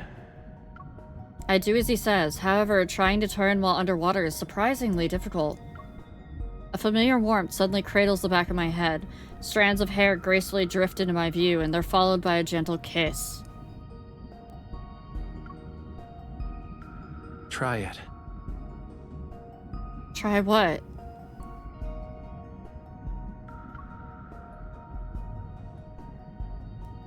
Oh, we don't touch the Arc Aquatica map, Fangren, because it's got AI slop. So my steady breathing is accompanied by the faint fragrance of fresh sea salt. It permeates my entire being. I'm taken aback. I can breathe. I'm not even choking on the water.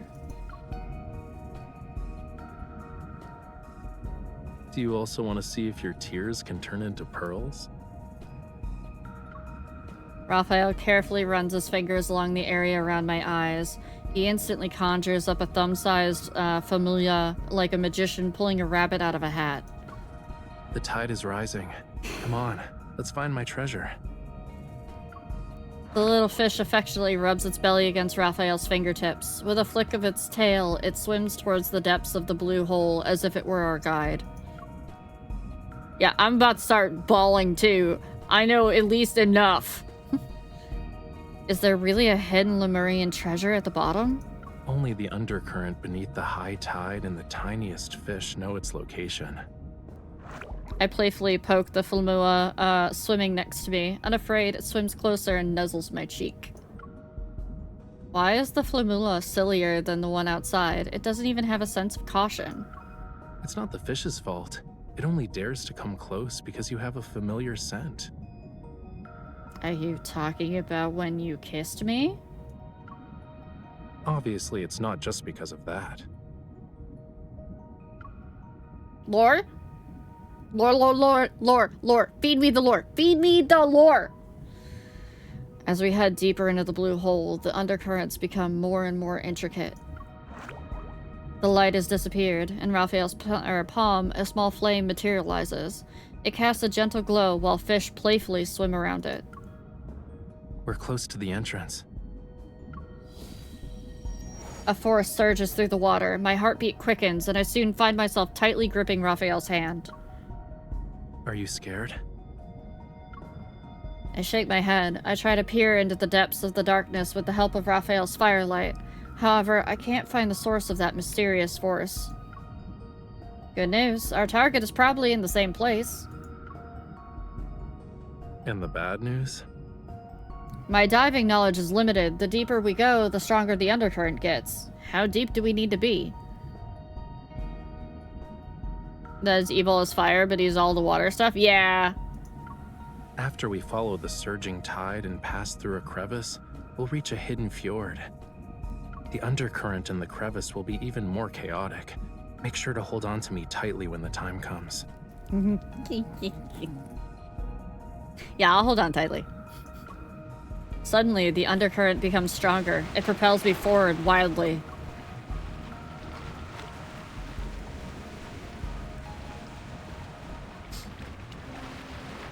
When we come to a stop, we find ourselves in a deeper part of the sea.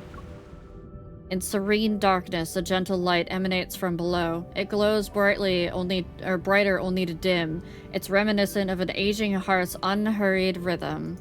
This is the island's cornerstone.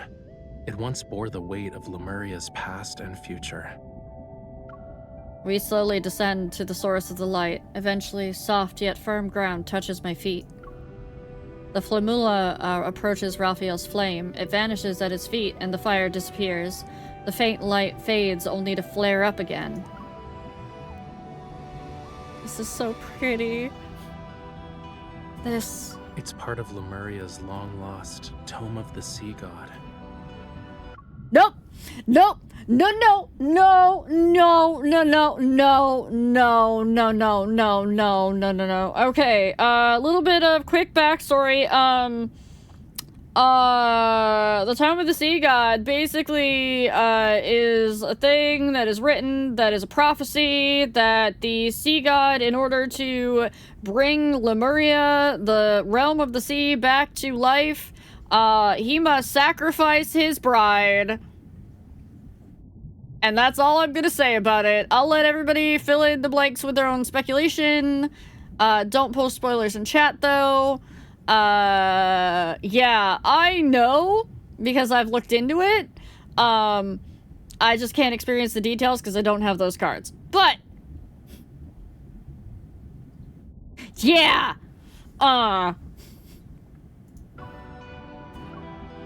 Under a tender radiance, the crimson seaweed of the seabed comes to life. They resemble a road of fire. We stand on a massive, thick stone slab. The engravings on its surface are the light source. Those glowing marks look like symbols. Legend has it that the Tome of the Sea God contains prophecies about Lemuria's future. But this part speaks of oblivion, not the future. Are you referring to how the world forgot about Lemuria's history? It's not just that. There's also power. Those who borrowed power from the sea, but traded in the end. They mistook the sea's tolerance for submission, and forgot about its cruelty. But I remember, and I will reclaim this forgotten power. Looks like that's where I come in, huh? What do you need me to do? Raphael takes my hand as he materializes a dagger. Only those who have a bond with the sea god can awaken the tome. I need you to bear with me for a moment. The dagger grazes my fingertip. A drop of my blood is quickly sealed in a tiny bubble that falls onto the vibrant red seaweed. The distant roar of a tsunami echoes in my mind, accompanied by immense glowing swirls, or symbols swirling and materializing. They pierce my body and ascend. Fragmented images that are bathed in a golden glow and a childlike voice break through the haze. They flood my mind. You awakened me. Whose memory is this? Hey, are you listening?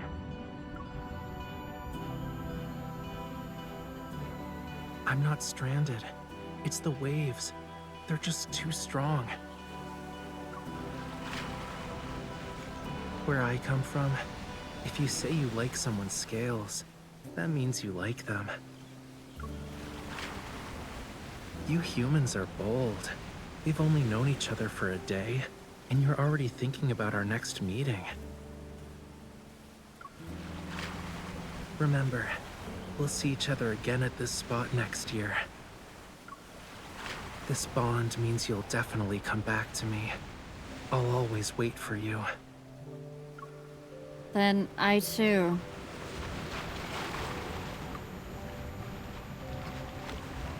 The waves sweep away those fragmented memories. A cold breeze tinged with the scent of seaweed caresses my face, and I struggle to open my eyes. Raphael. Golden symbols pulsate with immense power. They surge into Raphael's body. With his eyes tightly shut and his face pale, he collapses into my arms. Raphael! The flamula swims past me, its tail leaving behind a trail of bubbles. My gaze follows it to the crevice beyond the fjord's cliff. As a shield of golden light blocks the turbulent seaweed around us, I tightly hold onto Raphael and swim towards the crevice.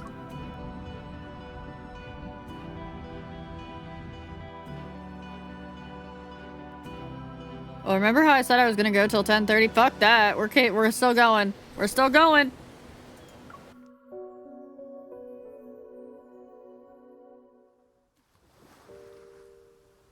We leave the blue hole via a narrow gap in the seabed. When we resurface, we find ourselves in the ocean. There's a small island in the distance. A nearby ship gently rocks with the waves. It looks as if it's been waiting for a long time. Boarding the ship's hold, I look at its old mast and sails. I know this is the same ship that ran aground on the island.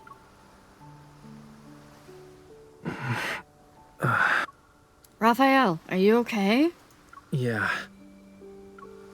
After the tome of the sea god activated, what happened exactly? I remembered something, and when I returned to you, you were already... Raphael leans against the deck and sits. With his elbow bent, he props himself up. I said I'll give you an answer. Give me like a minute to...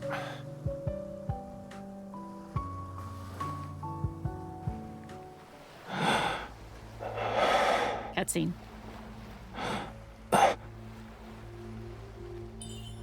What's wrong? Did you get hurt?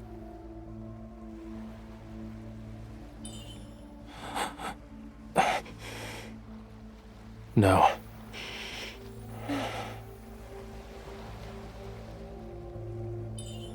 Skills, you're...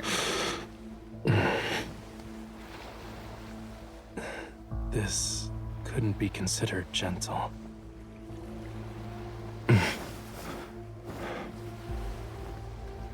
It's getting...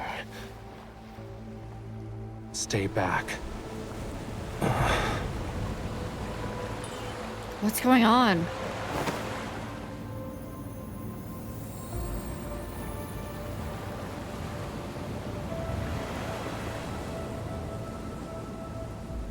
Look at his eyes. Oh, look at those eyes.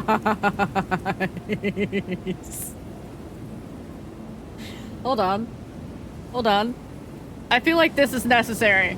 I feel like this scene requires a little bit of glow. Hold on. Raphael?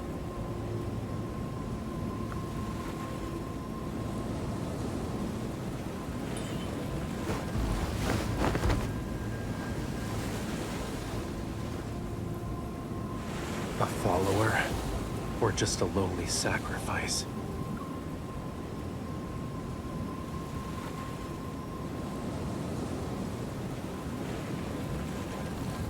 What now? What now? Oh, no. I'm aware, Akira, but I never heard it before. I've watched another one like this.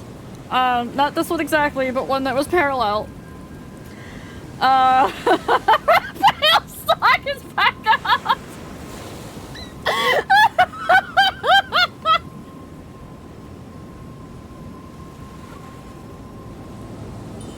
You don't recognize me anymore?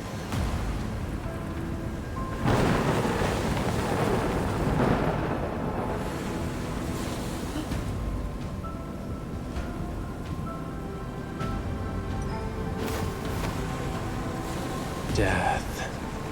When the storm surges from the deep sea. Raphael, snap out of it! God awakens.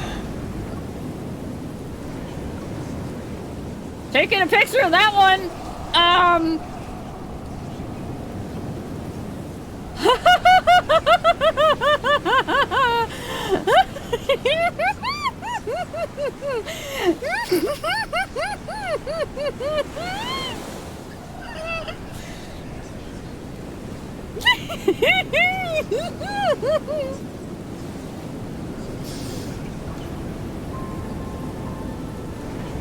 I have no need for traitors.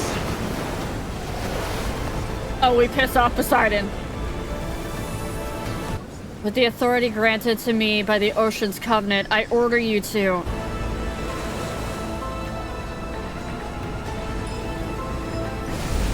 snap out of it!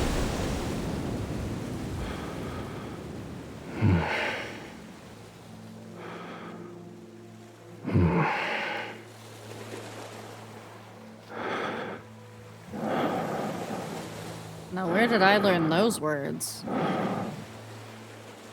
You... Oh, hair clipping.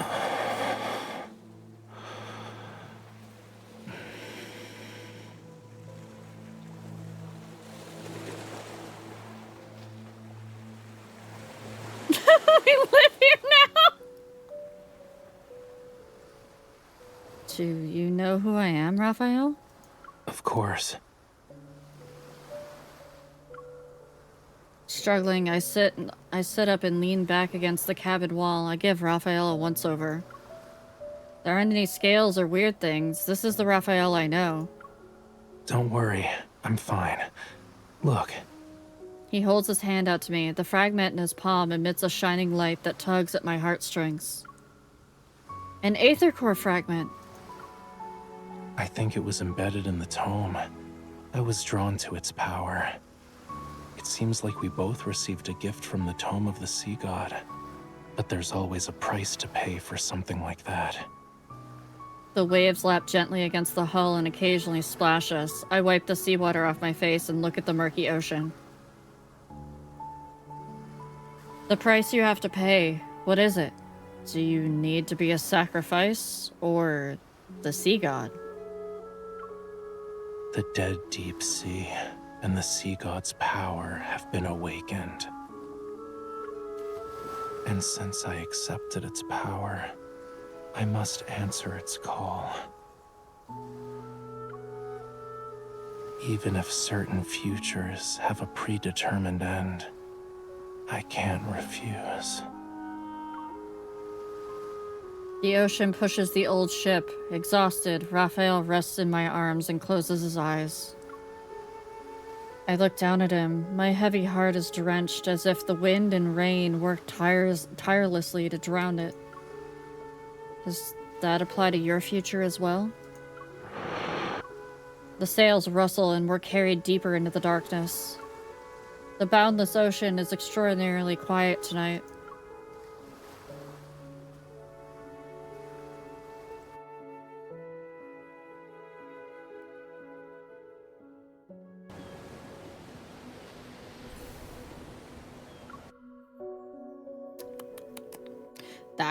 I was honestly, when they gave me a side story, I wasn't expecting this.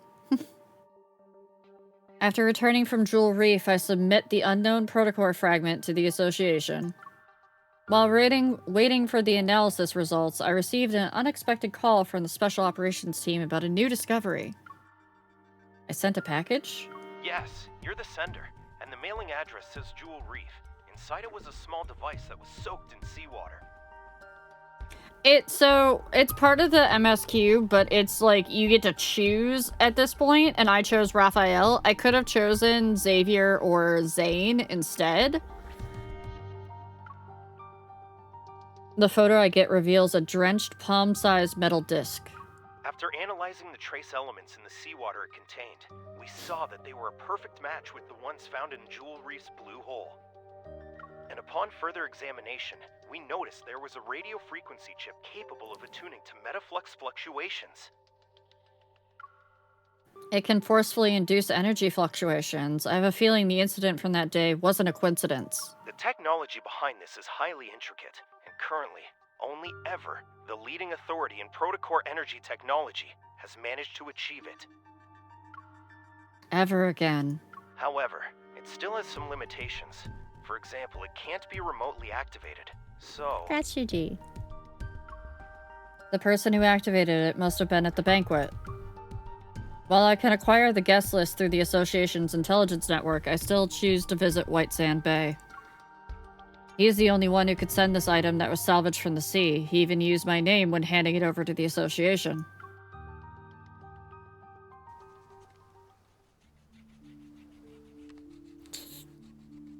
For the entire morning, the dark clouds covered the sky. Heavy and gray, they almost touched the waves' crests as I looked at them from a large window.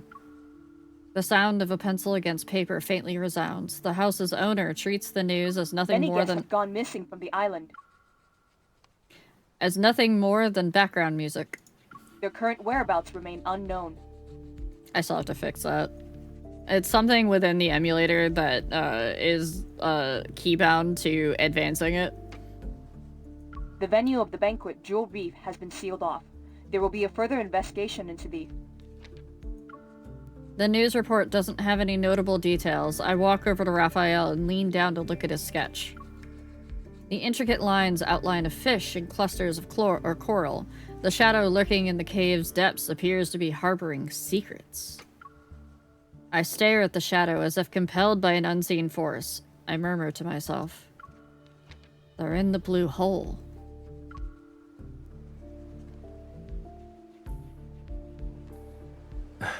It's possible.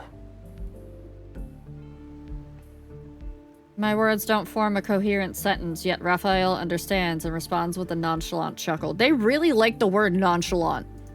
Getting lost in the allure of treasure they yearned for half their lives. It might be a sweet dream for them. You know who those missing people are. You also saw them. Meeting his gaze, I'm silent for a moment. They're from Ever. There's no doubt that they created the device to lure in wanderers, but I don't have the chance to question the motives of those people who were involved. Compared to those who willingly entered the blue hole, aren't you here for something more important? Of course, that package. Yeah, I figured as much. Maybe it can bring you closer to the truth you're seeking. He was hoping we were there for him. As for the other thing, if you want to talk about that forgotten promise, you don't need to bring it up now. The weather's so bad today, and I'm not in the mood for a tragedy, you know. Why don't we talk about something cheerful instead? Oh, he's gonna put that off forever in telling us. Though the details of my encounter with Raphael remain hazy, I managed to retrieve a few fragmented, vague memories. During that year, I fell into a deep sleep for 3 or 4 days due to a high fever. When I woke up, I lost a lot of memories, and my meeting with Raphael happened to occur before I got sick. Raphael sighs and puts down his paintbrush. You don't think I'm avoiding this topic because I'm trying to run away from it, right? Oh, that's exactly what I fucking think. You want to say you forgot a lot of things from your childhood because of reasons, but you're worried it'll come off as you not wanting to take responsibility. Are you sure you don't have telepathy? Did you actually go to the beach to wait for me? Are you asking about the year after that? Or every year after that? Hey, remember how we abandoned him as a kid?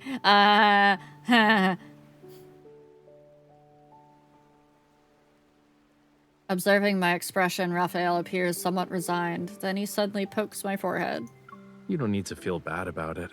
I'm not dumb enough to actually wait for you every year, you know. Oh, he absolutely fucking did. There's no way he did not actually just wait for us every fucking year. But I did think about how to settle the score with you.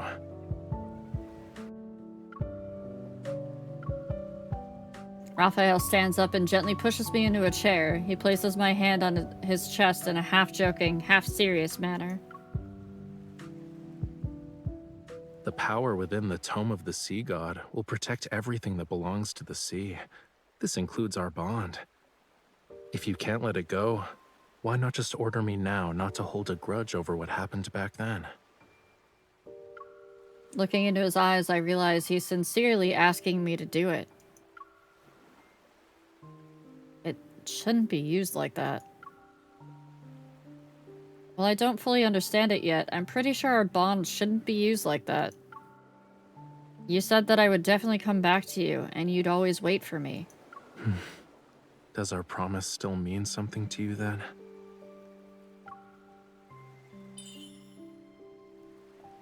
According to the weather forecast, there will be a storm today. Everyone's been advised not to leave home unless absolutely necessary. But you came here. Because I know you're waiting for me. Raphael breaks into a smile and takes my hand into his palm. The heavy downpour descends, carrying with it a majestic force that seeks to wash away all remnants of the past. The surging waves crash against the shore. Sea spray soars as if there's a fierce battle between the sky and the ocean. But in the end, rainwater and seawater will find their way back to each other. They will return to how they were before they parted ways.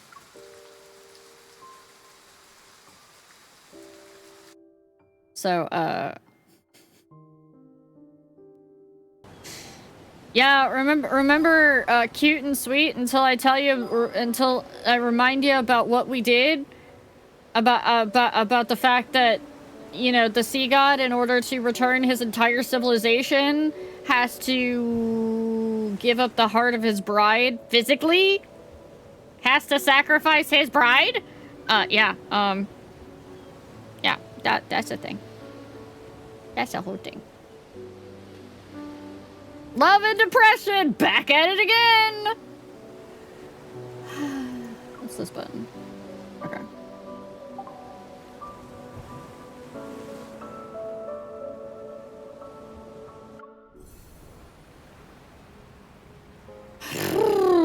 All right, Emmett vibes. No, that was Emmett vibes came from Silas. I've been comparing this man to Hythlodaeus, which is funny because, as somebody in the Discord pointed out, he's actually named after Raphael Hythlodae.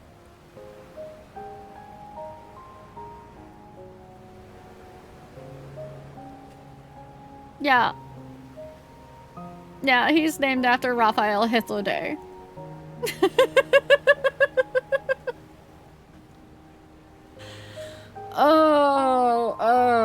Okay. So I think we might have to go into Raphael's backstory a bit soon, so that you guys can get like get caught up on so it was probably a little bit confusing for some of us there. In fact, if we just do the main story, some of the stuff is going to get confusing, so you might have to diverge.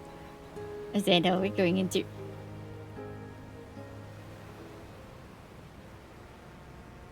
Enjoy jail again, Nero.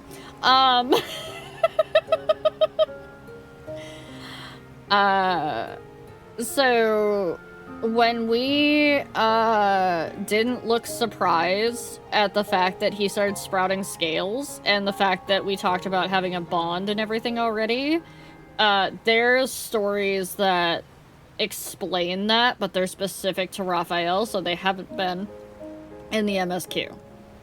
Hi, RJ! And we will do those. We will get to those, because for Raphael's entire story... Speaking of, hi, Raphael. How's it going? There's the myths, which I don't have all of the myths, but this one we can definitely get into. Though I think this one's actually futuristic, not past. I don't know. But there are these. There's these stories that we should get into. Definitely these two.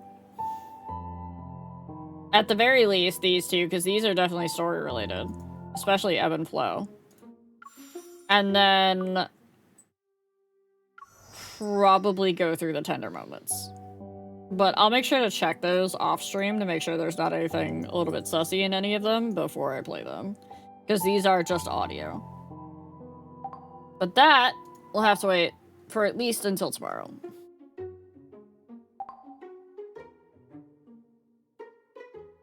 The piano in the background is giving Neath Dark Waters vibes when I was in the date screen. Hold on.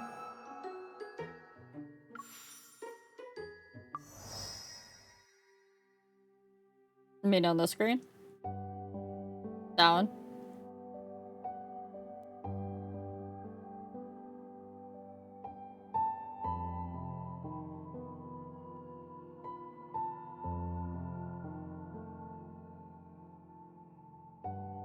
Yeah, I kind of figured. You're only out of jail because we're going to be ending stream here, Nero, so enjoy that!